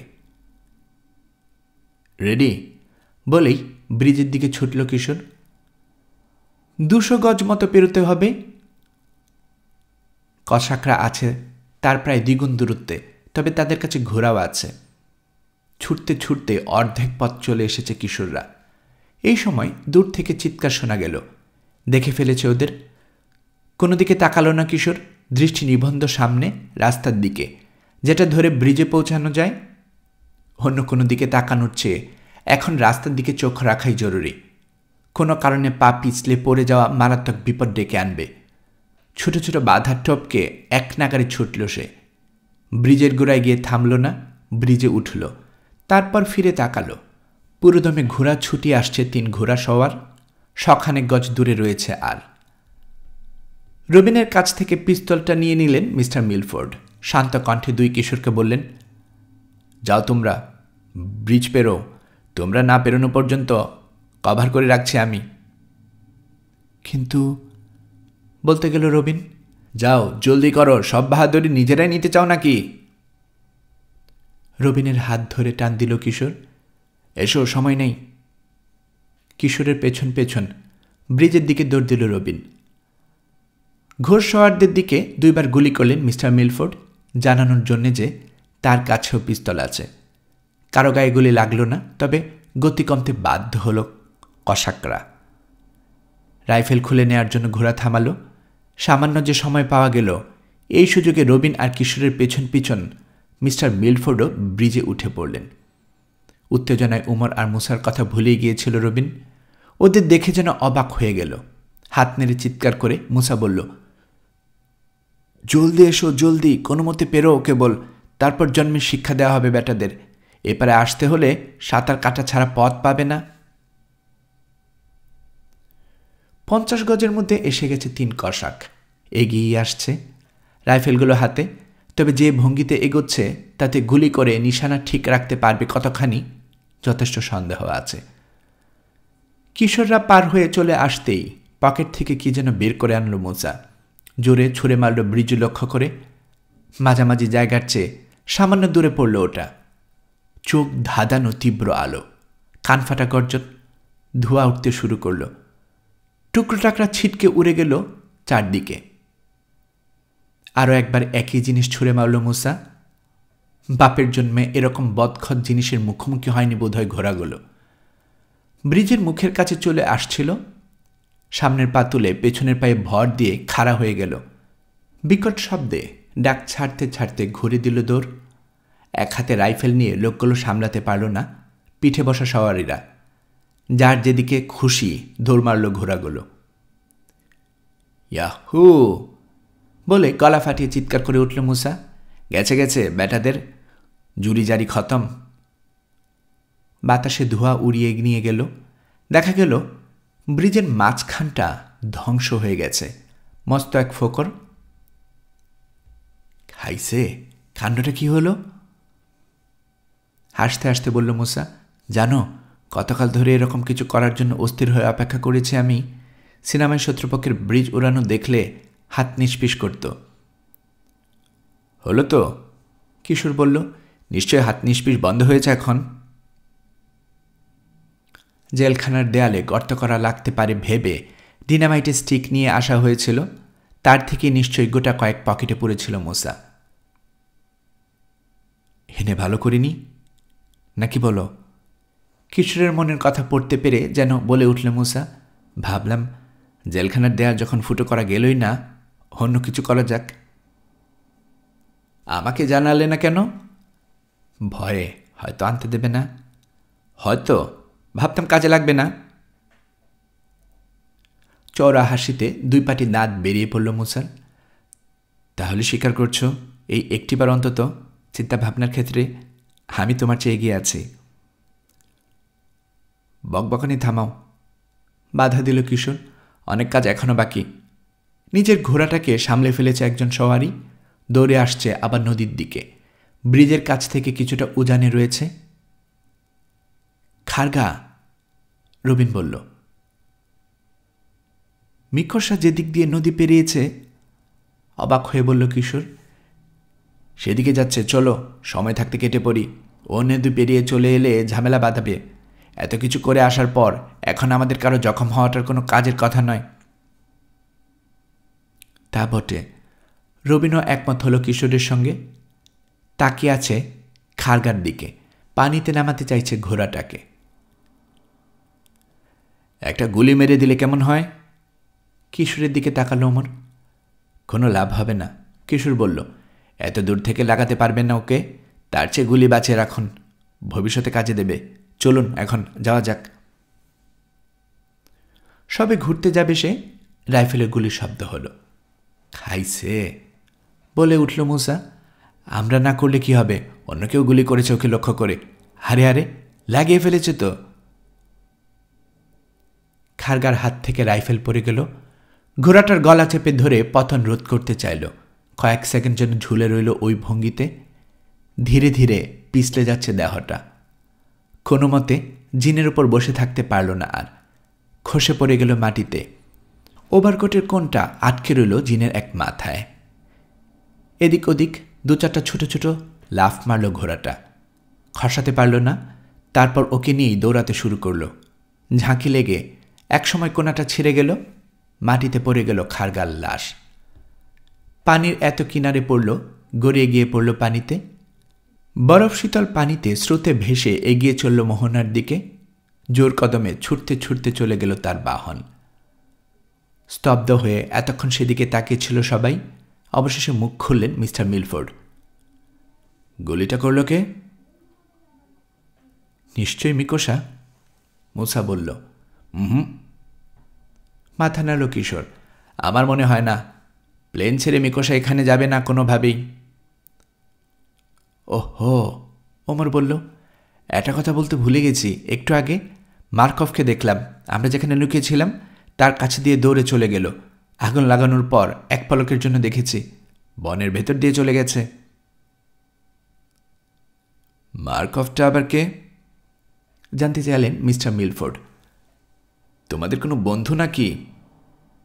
বন্ধুই বলতে পারো, রবিন বলল। তবে সঙ্গে আসেনি, এই বনেই তার সঙ্গে দেখা হয়েছে আমাদের। খারকাকে খুন করার জন্য পাগল হয়েছিল।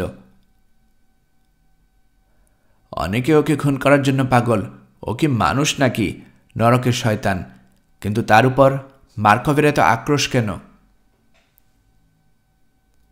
মার্কভ প্রাক্তন কয়েদি, শাখা নীলে জেল খেটে এসেছে। ছাড়া পাওয়ার পর বনের মধ্যে কুড়ে বানিয়ে বাস করত, কিন্তু রেহাই দেয়নি তাকে খারগা। এসে এসে অমানসিক অত্যাচার করে যেত। ও, ওর জন্য অপেক্ষা করবে নাকি? না, জবাব দিল কিশোর। আমাদের প্রতি তার কোনো আগ্রহ নেই। এখান থেকে যাবে না সে। ওর একমাত্র ধ্যান ধারণা এখন ওই ভয়ঙ্কর কারাগারে যে পিশাচেরা অন্যায়ভাবে তার উপর অত্যাচার করেছে, তার জীবনটাকে নরক বানিয়ে ছেড়েছে, এক এক করে তাদের খতম করা। কিন্তু জেলখানায় হচ্ছেটা কি? রবিন বলল। দেখো। গেটের কাছে দাঁড় করিয়ে রাখা হয়েছে শিকল পরানো কয়েদিদের। গেট দিয়ে বেরিয়ে এলো ডজনখানেক ইউনিফর্ম পরা লোক। আলো কমে গেছে অনেক, তাতে কেমন অবাস্তব লাগছে দৃশ্যটা। জোড়ায় জোড়ায় দৌড়ে আসতে লাগলো ওরা, পায়ে চলা পথটা ধরে। স্পেশাল ফোর্স, মিস্টার মিলফোর্ড জানালেন। জেলখানায় গোলমাল টোলমাল হলে ওদের তলব করা হয়। ইবলিশ এক একটা। এখানে দাঁড়িয়ে থাকা মোটেও ঠিক হচ্ছে না আমাদের, ওমর বলল। সময় থাকতে চলে না গেলে পরে পস্তাতে হবে। গোলাগুলির শব্দ জেল থেকে শুনতে না পাওয়ার কথা নয়। হ্যাঁ, চলুন, কিশোর বলল। আকাশের দিকে তাকালো ওমর। তুষারপাত কিন্তু একেবারে বন্ধ হয়নি, আবার হবে, অনেক বেশি হবে এবারে। তাতে পড়বে পায়ের ছাপ। স্পেশাল ফোর্স ব্রিজ পেরোলেই জেনে যাবে কোন দিকে গেছি আমরা। রওনা হলো ওরা। আগে আগে চলল ওমর, সবার পিছনে মিস্টার মিলফোর্ড। পা টেনে টেনে চলছেন তিনি। এক পায়ে সামান্য ব্যথা পেয়েছেন। চলতে চলতে কান পাতল ওমর। কানে আসছে রাইফেলের গুলির শব্দ। আবার কে? মুসার প্রশ্ন। নিশ্চয়ই মার্কভ, রবিন বলল। প্রতিশোধের মাত্রা বাড়িয়ে চলেছে সে। রাইফেল কোথায় পেল? জানতে চাইলেন মিস্টার মিলফোর্ড। একজন গার্ডকে খুন করে কেড়ে নিয়েছে। রবিনের কথা সুর মিলিয়ে কিশোর বলল। আমাদের জন্য উপকারী বন্ধু। বনের মধ্যে যদি লুকিয়ে বসে থাকে সে, ব্রিজ পার হওয়া কঠিন হয়ে যাবে, স্পেশালি হোক আর যে ফোর্সেই হোক, সবার জন্যে। নদী পেরোতে গেলেই মরবে। আবহাওয়া সম্পর্কে উমরের ভবিষ্যৎবাণী ফলে গেল। বেশি দূর এগোতে পারল না, তার আগেই তুষারপাত শুরু হয়ে গেল আবার। আর এবার শুরু হলো ভালো মতো। 5 মিনিটের মধ্যে প্রবল তুষার ঝড় ঠেলে এগোনে লাগলো ওদের। পায়ের নিচে ইঞ্চিখানেক তুষার জমে গেল। এত স্পষ্ট চিহ্ন রেখে যেতে শুরু করল, আধা অন্ধ একজন মানুষ সেও সেটা অনুসরণ করে যেতে পারবে স্বচ্ছন্দে। যদিও পড়তে না পড়তেই তুষারের ছাপগুলো ঢেকে যাচ্ছে আবার, কিন্তু হাঁটার সময় নতুন ছাপ রেখেই চলছে ওরা। হঠাৎ করে যদি তুষার পড়া বন্ধ হয়ে যায়, পরের ছাপগুলো থেকে যাবে। অনুসরণকারীকে চোখে আঙ্গুল দিয়ে দেখিয়ে দেবে কোথায় চলেছে ওরা। ঝড়টা রীতিমতো উদ্বিগ্ন করে তুলেছে ওমরকে। সে জানে এই আবহাওয়ায় কোনো মতে বিমান ওড়ানো যাবে না। যদি তুষারপাত বন্ধ হয়ে যায় তাহলেও সম্ভব না, কারণ বিপুল পরিমাণ তুষার জমে যাবে বিমানের গায়ে।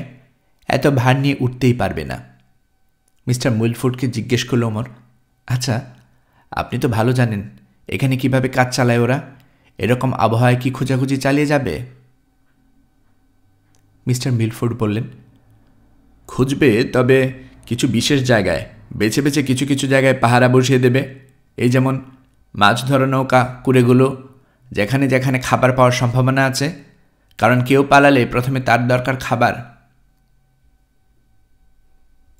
তাহলে আমাদের টিকিট নাগালও পাবে না ওরা। বনের ভেতর দিয়ে চলছিল বলে বাঁচল। একজন কসাককে রাস্তা দিয়ে চলে যেতে দেখা গেল। লেগুনটা 8 মাইল দূরে এখনো। গাছের গায়ে আর্তনাদ করে ফেরা বাতাস, তীরে আছড়ে পড়া ঢেউ আর তুষারপাতের মিলিত শব্দ এতটাই প্রবল যে ঘোড়াটার খুরের শব্দ শুনতেই পায়নি ওরা। ছায়ার মতো হঠাৎ উদয় হলো লোকটা। বনের বাইরে থাকলে ভীষণ বিপদে পড়ত ওরা। কিশোর দেখল ঘোড়ার পিঠে বসে নিচু হয়ে তুষারের মধ্যে কি যেন দেখতে দেখতে চলেছে লোকটা। নিশ্চয়ই পায়ের ছাপ খুঁজছে। সাবধান থাকতে হবে আমাদের, ওমর বলল। লোকটা ফিরে আসার সময় যেন দেখা না হয়ে যায় আবার। আমরা তো সাবধানই আছি, কিশোর বলল। কিন্তু মিকোসা, তাকে যদি দেখে ফেলে? বলেছে তো সাবধানে থাকবে। তাছাড়া ও এত সহজে ধরা পড়ার বান্দা নয়। এতগুলো গার্ডের চোখের সামনে থেকে পালানোর বুদ্ধি আর সাহস যার থাকে, তাকে একটা মাত্র কসাক কোনোভাবেই কাবু করতে পারবে না। দেখা যাবে কসাকটাকে মেরে ফেলেছে সে। গাছপালার ফাঁক ফুকর দিয়ে এগিয়ে চলল ওরা। রাস্তায় বেরোনোর যাও বা সামান্য ইচ্ছে ছিল, কসাকটাকে দেখার পর সে চিন্তা বাদ দিয়ে দিল। বনের ভেতর থেকে এমন জায়গা দিয়ে হাঁটছে যাতে রাস্তা দিয়ে কেউ গেলে চোখে পড়ে, বিশেষ করে যে কসাকটা গেছে তাকে। হঠাৎ থমকে দাঁড়ালো ওমর। সামনে থেকে পরপর দুটি গুলির শব্দ শোনা গেছে। ঝড়ের শব্দের জন্য ঠিক বোঝা গেল না কোনখান থেকে এসেছে। দুটো আজ দুই রকম লাগলো, তার মানে দুটো ভিন্ন অস্ত্র থেকে গুলি ছোড়া হয়েছে, ওমর বলল। আমার ভালো লাগছে না ব্যাপারটা। মনে হচ্ছে মিকোসাকে সই করে গুলি করেছিল কেউ। মিকোসা পাল্টা জবাব দিয়েছে, কিংবা উল্টোটাও হতে পারে। এগিয়ে চলল ওরা। মিনিট খানেক পরেই কসাকটাকে রাস্তা ধরে আসতে দেখা গেল। ফিরে গেল যেদিক থেকে এসেছিল সেদিকে। যাওয়ার কায়দা দেখে তো মনে হলো তাড়াহুড়া আছে, ওমর বলল। তার মানে কিছু দেখে এসেছে। কি দেখবে?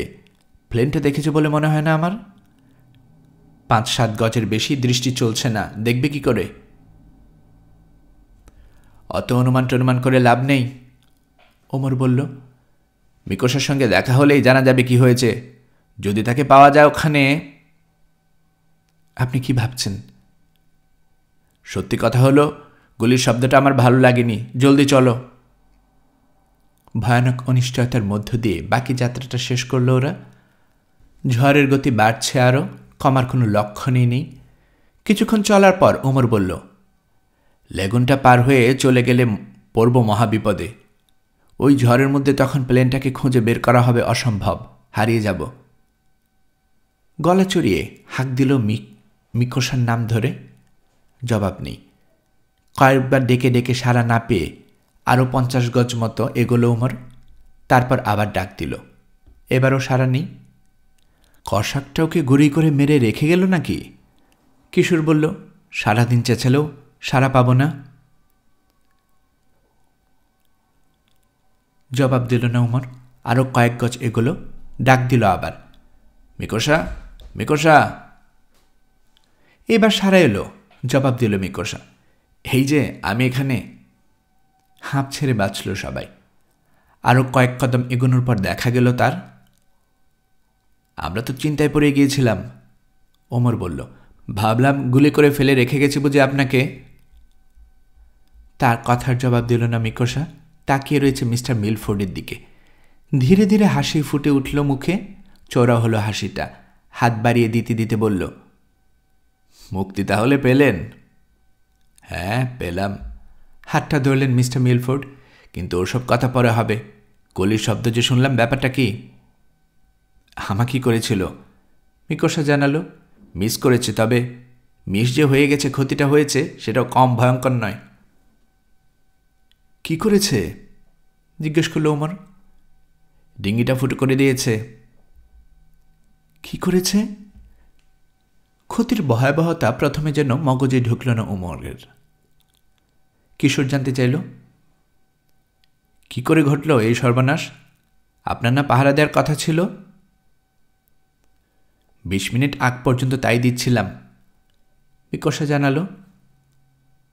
তারপর তুষার জমা শুরু হলো অমন করে। ঘাবড়ে গেলাম। ভাবলাম ভরতে ভরতে ডিঙ্গিটা না ডুবে যায়, তাই বোকার মতো গাছের আড়াল থেকে বেরিয়ে দেখতে গেলাম ওটাকে। ঠিকই করেছেন, ওমর বলল। তাই তো করার কথা। গিয়ে দেখি অর্ধেক ভরে গেছে ওটা, কাত হয়ে গেছে এক পাশে। সোজা করার চেষ্টা করছি, এই সময় কোত্থেকে ঘোড়ায় চেপে ভূতের মতো এসে উদয় হলো শয়তানটা। একটুও শব্দ শুনিনি, হঠাৎ কী যেন মনে হলো, মুখ তুলে দেখি আমার দিকে তাকিয়ে আছে। সঙ্গে সঙ্গে পিস্তল বের করলাম, সেও বের করলো, গুলি করলাম। তাড়াহুড়ায় মিস করলাম, সেও গুলি করলো, আমার মতোই মিস করলো। ডিঙ্গিটার দিকে চোখ পড়তে ফাটা বেলুনের মতো চুপসে গেলাম, ওটাও বেলুনের মতোই চুপসে গেছে। আমাকে যে গুলিটা করেছিল সেটা লেগেছিল ডিঙ্গিতে, তুষারের চাপে চাদরের মতো চ্যাপটা হয়ে গেল ওটা। আমি কিছু করার আগেই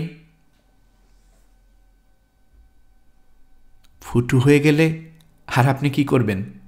কোথায় এখন এটা? ডিঙ্গিটার কাছে ওদেরকে নিয়ে গেল মিকোসা। বাতাস বেরিয়ে চ্যাপটা হয়ে গেছে, তুষারের চাপা পড়া। অর্ধেকটা রয়েছে পানির তলায়, অর্ধেকটা ডাঙ্গায়। সত্যি বলছি, মাথার সব চুল ছিঁড়ে ফেলতে ইচ্ছে করছে এখন আমার, মিকোসা বলল। অত দুঃখ পাবার কিছু নেই, সান্ত্বনা দিল ওমর। আপনার দোষ নয়, আপনার জায়গায় আমি হলে একই কাজ করতাম। বিশ্বাস করুন, ডিঙ্গিটা বাঁচাতেই চেয়েছিলাম আমি। বললাম তো, ভুলে যান, ডিঙ্গিটা তো গেছে, ওটা নিয়ে আর মন খারাপ করে কি হবে? ওটাকে মেরামত করার কোনো উপায় নেই, ফোলানোও যাবে না। ডিঙ্গি নেই, বিমানে যাওয়াটা এখন এক মস্ত সমস্যা। কিশোর বলল, ডিঙ্গি ছাড়া প্লেনে গিয়ে উঠতে পারবো না, এখানে বসে বসে ঝড় থামার অপেক্ষা করা ছাড়া উপায় নেই। কসাকটা এত তাড়াতাড়ি চলে গেল কেন বোঝা যাচ্ছে না এখনো। দলবল নিয়ে আসতে গেছে, রবিন বলল। হ্যাঁ, ডিঙ্গিটা যদি দেখে থাকে সে, আমার ধারণা নিশ্চয়ই দেখেছে। তাহলে জেলখানার কর্তৃপক্ষরা পরিষ্কার জেনে যাবে উটকো ঝামেলাটা কোনখান থেকে এসেছে। তিক্ত কণ্ঠে মিস্টার মিলফোর্ড বললেন, বেশ চমৎকার একখানা সমস্যা তৈরি করে দিয়ে গেল। শুধু সমস্যা নিয়ে বসে থাকলে চলবে না, সমাধান তো একটা বের করতে হবে। দমল না কিশোর। কিন্তু আমি তো কোনো উপায় দেখছি না। আছে, নিশ্চয় আছে, চিন্তিত ভঙ্গিতে বলল কিশোর। খুঁজে বের করতে হবে আর কি উপায়টা। প্লেনটা তীরে নিয়ে আসার চেষ্টা করলে কেমন হয়? প্লেনে উঠতে পারলে তো আনা, কিশোর বলল। উঠতেই যদি পারা গেল তাহলে আর আনার দরকার কি? সাঁতরে যাওয়ার কথা ভাবছেন তো? পানির তাপমাত্রা শূন্যের কাছাকাছি, এর মধ্যে সাঁতরানো, তাও আবার ঘন নল খাগড়ার ভেতর দিয়ে, অসম্ভব, কোনো মতেই পারবেন না। চুপ হয়ে গেল সবাই। কয়েক সেকেন্ড চিন্তা করে কিশোর বলল, রবিন, মার্কভের একটা নৌকা আছে, মনে আছে? আছে, কিন্তু পাবো কোথায়? মার্কভ যাওয়ার সময় নিশ্চয়ই সঙ্গে করে নিয়ে গেছে। যতই পালাক, খাওয়ার জন্য মাছ ধরতে হবে ওকে, আর মাছ ধরার জন্য নৌকা দরকার। আছে কি না গিয়ে দেখতে দোষ কি? দোষ নেই, তবে মাইলখানেক হাঁটতে হবে আর কি। যদি পাওয়াও যায়, এত দূর বেয়ে আনা যাওয়া যাবে না এই ঝড়ের মধ্যে। বেয়ে আনার কথা কে ভাবছে? জবাব দিল কিশোর। বয়ে আনবো? তা আনা যায়, কিন্তু সময় মতো ওখানে গিয়ে পৌঁছাতে পারবো সৈন্যরা যদি চলে আসে? আসবে তো জানা কথাই, তবে সময় লাগবে। ব্রিজটা ভাঙ্গা, রাইফেল নিয়ে পাহারা দিচ্ছে মরকফ, নদী পেরোনো কঠিন হবে ওদের জন্য। মরকফের নৌকাটাই এখন একমাত্র ভরসা আমাদের। একই সঙ্গে সবাই উঠতে না পারলে ভাগাভাগি করে পেরোবো। নৌকা আনতে সবার যাওয়ার দরকার নেই। মিস্টার মিকোসা, আপনি থাকুন এখানে। আঙ্কেল, আপনিও থাকুন। এতদিন ধরে জেলে থেকে থেকে ওদের খাবার খেয়ে নিশ্চয়ই কাবু হয়ে গেছেন, আর আজকে তো যে খাটুনিটা খাটলেন। মোটেই ক্লান্ত হইনি আমি, মিস্টার মিলফোর্ড বললেন। এখানে দাঁড়িয়ে থাকার চেয়ে বরং সঙ্গে আসি, তোমাদের কাজে লাগবে। আর কিছু না পারি, তোমাদের পেছনে দাঁড়িয়ে পাহারা তো দিতে পারবো। আমাকে ডিঙ্গিয়ে গিয়ে কেউ তোমাদের ছুঁতে পারবে না। তা আমি জানি, হেসে বলল কিশোর। ঠিক আছে, চলুন যাওয়া যাক। মিকোসা, ডিঙ্গিটা তো আর আমাদের কোনো কাজে লাগছে না, ওটাকে ভালো মতো ডুবিয়ে দিন। কসাকরা ফিরে এসে যাতে কোনো চিহ্ন না দেখে, বুঝতে না পারে কোনখানে দেখে গিয়েছিল ওটা। আমরাও যাতে দেখতে না পেয়ে পার হয়ে চলে না যাই, সেদিকেও খেয়াল রাখবেন কিন্তু। কি করে বুঝবো তোমরা এলে নাকি কসাকরা? আমরা হলে তো নৌকাটা বয়ে আনতেই দেখবেন, আর যদি না ফিরি আপনার যা ইচ্ছা হয় করবেন। তখন যদি মনে হয় আমরা আর ফিরব না, এই তুষার ঝড় না থামা পর্যন্ত অপেক্ষা করবেন। তারপর প্লেন নিয়ে ফিরে যাবেন আমেরিকায়। রকি বিচের বিখ্যাত গোয়েন্দা মিস্টার ভিক্টর সাইমনকে খবর দেবেন, আপনার কাজ শেষ। উজানের দিকে ফিরে চলল আবার 4 জন হতাশ অভিযাত্রী। পেছন থেকে ঝাপটা মারছে এখন প্রচণ্ড ঝোড়ো হাওয়া। সুবিধা হচ্ছে এতে, বাতাসে অনুকূলে যাচ্ছে বলে কখনো দৌড়ে কখনো জোরে জোরে হেঁটে এগিয়ে চলল দ্রুত। নৌকাটা কোথায় আছে সেটা রবিন জানে, সেজন্য সবার আগে রয়েছে সে, আর সবার পেছনে মিস্টার মিলফোর্ড। উমর তার হাতে পিস্তল, উল্টো দিক থেকে শত্রুপক্ষকে আসতে দেখলেই নির্দ্বিধায় গুলি চালাতে প্রস্তুত। সবকিছু তুষারের ঢাকা, সব দেখতে একরকম। সন্দেহ জাগল রবিনের, মার্কভের কুড়ে খুঁজে পাবে তো? সন্দেহটা ঠিক হয়েছে তার। বারবার থেমে কিশোরের সঙ্গে আলাপ করে বোঝার চেষ্টা করল কোনখানে আছে জায়গাটা। যাই হোক, অবশেষে খুঁজে পাওয়া গেল বনের ভেতরে পরিষ্কার করা খোলা জমি, যেখানে মার্কভের কুড়ে। ওখান থেকে কত দূরে কোনখানে আছে নৌকাটা ধারণা আছে রবিনের। ঘুরে সেদিকে এগোলো, কিন্তু নৌকাটা দেখল না। সহজে দেখবে আশাও করেনি। কয়েক ইঞ্চু পুরো হয়েছে তুষার, তার নিচে ডুবে গেছে নিশ্চয়ই। পানির কিনারে উঁচু হয়ে থাকা ছোট ছোট ডিবিগুলোকে লাথি মেরে মেরে ভাঙতে শুরু করলো সবাই মিলে। নৌকার সামনে উঁচু ডিবি খুব বেশি নয়। কয়েক মিনিট পরে তিক্ত সত্যটা প্রকট হল, নৌকাটা নেই ওখানে। নিশ্চয়ই সরিয়ে ফেলেছে মার্কভ, রবিন বলল। তার মানে সময় নষ্ট করছে আমরা, চিন্তিত ভঙ্গিতে বলল ওমর। কোথায় নিয়ে গিয়ে রেখেছে তা কি করে জানব? কিন্তু এতেও দমল না কিশোর। রবিনকে নিয়ে খুঁজে বেড়াতে লাগল। হঠাৎ বনের ভেতর থেকে কথা বলে উঠল একটা কণ্ঠ। ফিরে তাকিয়ে দেখা গেল তুষারের চাদরের আড়ালে অস্পষ্ট একটা সচল মূর্তি ধীরে ধীরে এগিয়ে আসছে। মার্কভ, মার্কভ, চিৎকার করে উঠল রবিন।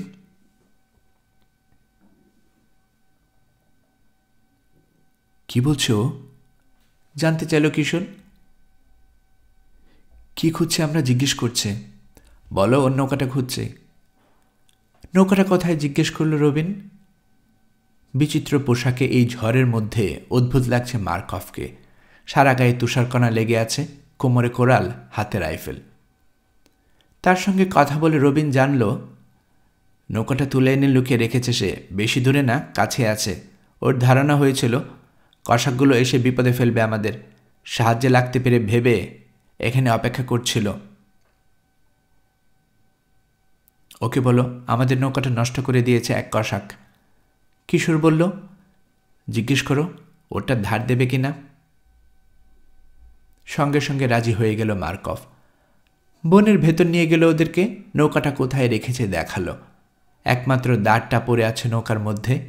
ঘন ডালপালার গাছের নিচে থাকায় ভেতরে তুষার পড়েনি। এটা একটা স্বস্তি। তুষার সাফ করা লাগলো না। নৌকাটা বয়ে নিতে ওদের সাহায্য করল মার্কভ। বাতাস এখন মুখোমুখি।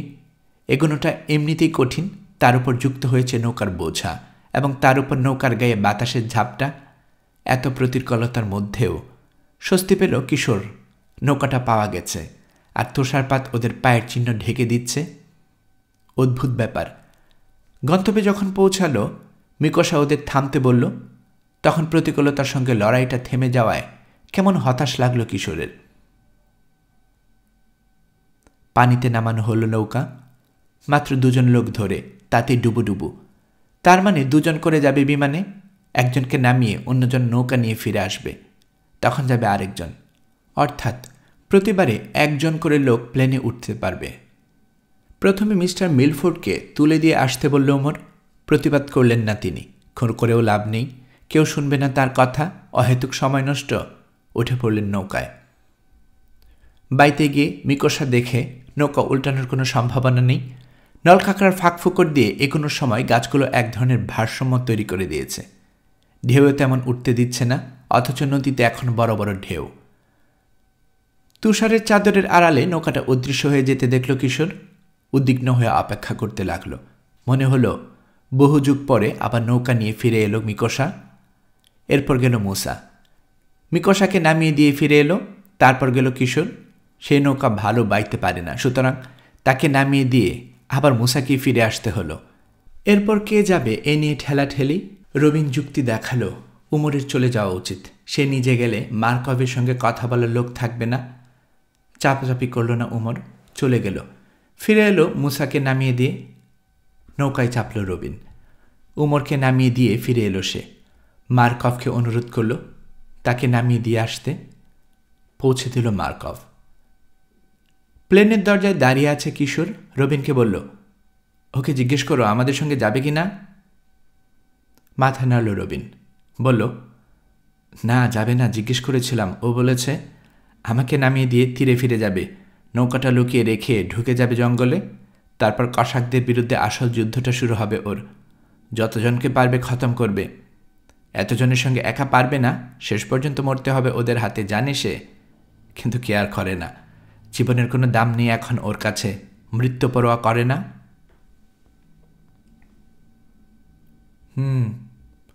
বিষণ্ণ ভঙ্গিতে মাথা ঝাঁকালো কিশোর। ওর কাঁধের উপর দিয়ে উকি দিল মুসার মুখ। রবিনের দিকে তাকিয়ে বলল, ওকে জিজ্ঞেস করো না কিছু খাবার নেবে কি না, তাতে কিছুটা অন্তত মনে শান্তি পাবো। আমাদের জন্য অনেক করেছে ও। খাবার নিতে রাজি হলো মার্কভ। কিশোরের পেছন থেকে অদৃশ্য হয়ে গেল মুসা। ফিরে এলো কয়েক মিনিটের মধ্যে। দু হাতে করে যতগুলো সম্ভব টিন নিয়ে এসেছে। বলল, সব দিয়ে দাও, আমাদের তো আরও বেশিক্ষণ থাকা লাগছে না, ফিরে গেলেই খাবার পাবো, হো পাবে না। সে আর কিশোর মিলে টিনগুলো রবিনের হাতে তুলে দিল। নৌকার তলায় সেগুলো সাজিয়ে রাখল রবিন। ধন্যবাদ দিল তাকে মার্কভ। বিমানে উঠল রবিন। ভঙ্গি দেখে মনে হচ্ছে উঠতে ইচ্ছে করছে না। অদ্ভুত এক মায়া। ওর দিকে তাকিয়ে শেষবারের মতো বিদায় জানিয়ে দাঁড় বাইতে শুরু করল মার্কভ। দূরে যেতে যেতে একসময় মিলিয়ে গেল তুষারের চাদরের আড়ালে, চিরকালের জন্যে। কোনোদিন আর দেখা হবে না ওর সঙ্গে। গলা ধরে এলো রবিনের। আজব এক বিষণ্ণতা। জবাব দিল না কিশোর বা মুসা। মার্কভ আর তার নৌকাটা অদৃশ্য হয়ে যাবার পরও অনেকক্ষণ সেদিকে তাকিয়ে রইল তিনজন। চলে গেছে? কেবিন থেকে জানতে চাইল ওমর। হ্যাঁ, জবাব দিল মুসা। দরজাটা লাগিয়ে দাও, ঠান্ডা ঢুকছে। কেবিনে ঢুকল ওরা। চেয়ারে নেতি আছেন মিস্টার মিলফোর্ড। এতক্ষণে ক্লান্তি লাগছে তার, প্রচণ্ড ক্লান্তি। গত কয়েক মাসে ভয়াবহ ধকল গেছে শরীরের উপর দিয়ে। লেগুনে ঢেউ পুরোপুরি ঢুকতে না পারলেও যা ঢুকছে তাতে বেশ দুলছে বিমান। প্রচুর তুষার জমেছে গায়ে, বলল উমর। ডানাগুলোতে কত ইঞ্চি পুরু হয়েছে খোদাই জানে, বিরাট বোঝা। তাতে কি খুব অসুবিধা হবে? জানতে চাইলেন মিস্টার মিলফোর্ড। হবে, যদি জমাট বেদি বরফ হয়ে যায়। আলগা থাকলে জেরে ফেলতে পারবো, ঝাঁকি লাগলেও আপনা আপনি ঝরে যাবে। থামল উমর। কান পেতে শুনল বাইরে বাতাসের শব্দ। মনে হচ্ছে খুব বেশি ঝড়, বেশিক্ষণ আর থাকবে না। তবে ঢেউ না কমলে উঠতে পারবো না, এত ঢেউয়ে রান করানো যাবে না। তার মানে রাতটা থাকতে হচ্ছে এখানেই? কিশোর বলল, ঠিক আছে, কি আর করা, আমি ছদ্মবেশ খুলে আসছি। বাথরুমের দিকে চলে গেল সে। ছদ্মবেশ বলতে এখন কেবল পরচুলাটাই আছে, রং টং সব ধুয়ে গেছে কখন। 5 মিনিটের মধ্যে ফিরে এলো সে। স্টোভ ধরিয়ে কফির পানি চড়িয়ে দিয়েছে ততক্ষণে মুসা।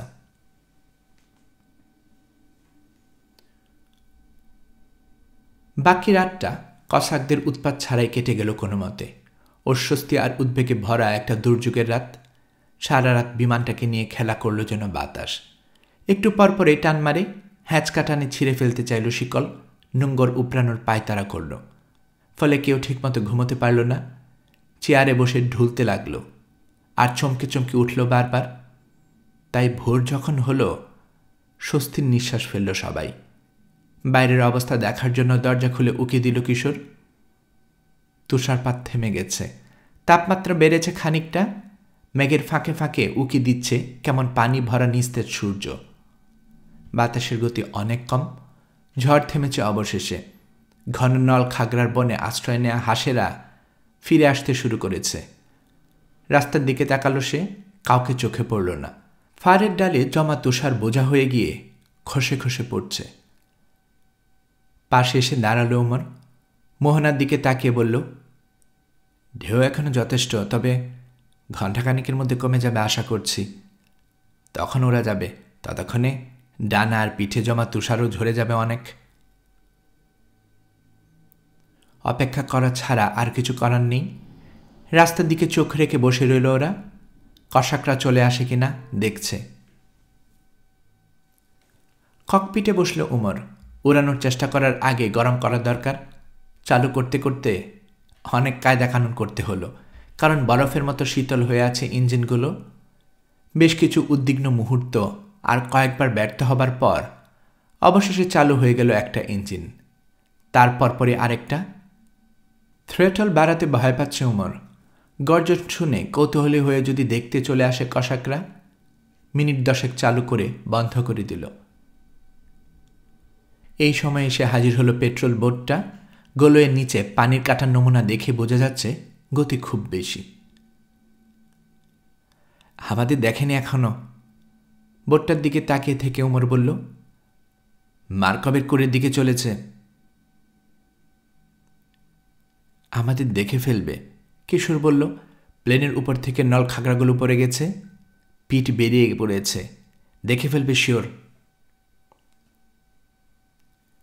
নাও দেখতে পারে, এদিকে না তাকালে দেখবে না, যাচ্ছে তো দূর দিয়ে। তবু বলা যায় না, দূরবীন থাকতে পারে। দেখে যদি ফেলেই কি হবে? মুসা বলল, উড়ে চলে যাব। চলে যাওয়ার অনেক ঝামেলা। বোটে নিশ্চয়ই রেডিও আছে। আমরা আকাশে ওড়ার আগে বাজানো হবে ওটা। হয়তো দেখা গেল আমরা ওড়ার সঙ্গে সঙ্গে এসে হাজির হলো একজাক ফাইটার প্লেন। তারা করলো আমাদের, পালিয়ে বাঁচতে পারবো না। দেখে ফেলেছে, চিৎকার করে উঠল কিশোর। বললাম না। মিস্টার মিলফোর্ড আর মিকোসাও এসে দাঁড়িয়েছে দরজার কাছে। মাথা দোলালো ওমর। আর থাকা গেল না, উঠতেই হচ্ছে এবার।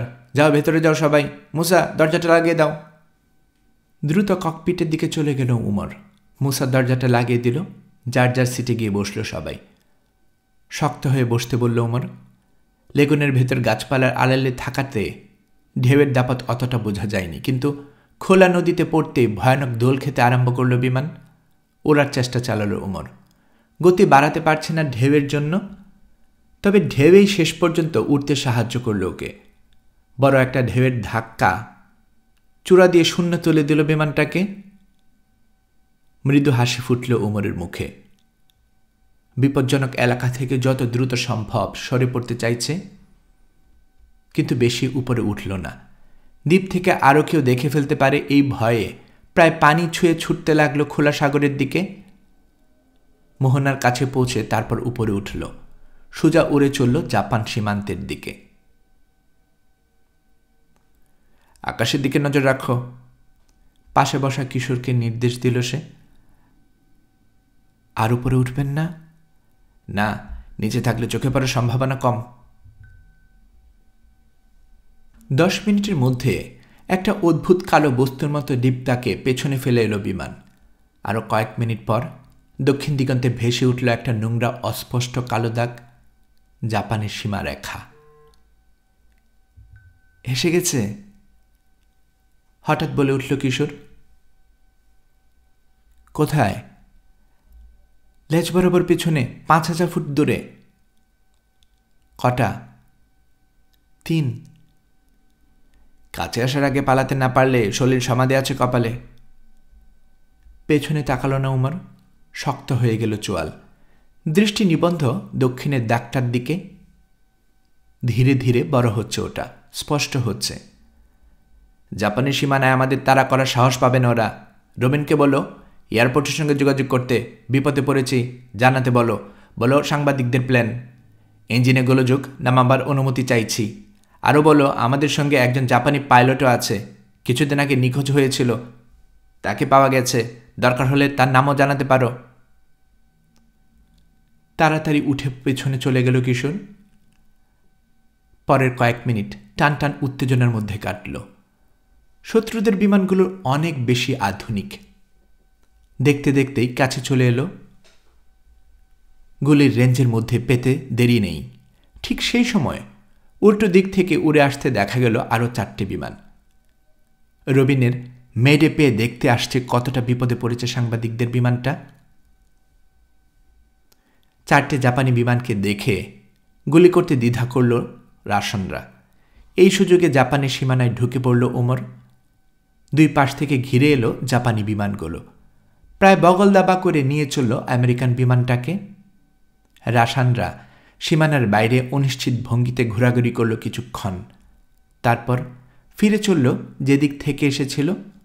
বুঝে গেছে আর লাভ নেই, হাতছাড়া হয়ে গেছে শিকার।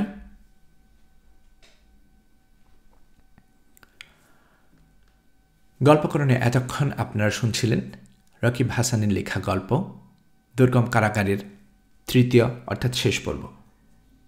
দুর্গম কারাগারের গল্পটি মূলত 3 গোয়েন্দা সিরিজের ভলিউম 42 থেকে নেয়া। আমি একটু দুঃখিত যে এই গল্পটা আমি অনেক বড় করে ফেলেছি। নর্মালি আমি চেষ্টা করি 1 ঘন্টার মধ্যে সব কিছু কভার করতে, 1 ঘন্টা প্লাস মাইনাস। তো আজকে এই গল্পটার ভিতরে এতটাই ঢুকে গিয়েছিলাম যে মনে হলো যে না, শেষ না করে আসলে উঠতে পারছি না। আমাকে অনেকটা চুম্বকের মতোই টানা হয়েছে যে আমি একটার পর একটা সিকোয়েন্স পড়েই যাচ্ছে, আমি আসলে থামতে পারছিলাম না। এনিওয়েজ, সেজন্য আমি আন্তরিকভাবে দুঃখিত, একটু লম্বা হয়েছে। তো আশা করি আপনাদের ভালো লাগবে। আমি নিয়মিতভাবে গল্প পাঠ করে আপনাদেরকে শোনাচ্ছি। যারা গল্প পাঠ ভালো মনে করছেন তারা আমার এই গল্পটিকে আপনার বন্ধুবান্ধব প্রিয়জন সবার কাছে শেয়ার করবেন, তাতে করে তারা এই গল্পটি শোনার সুযোগ পাবে।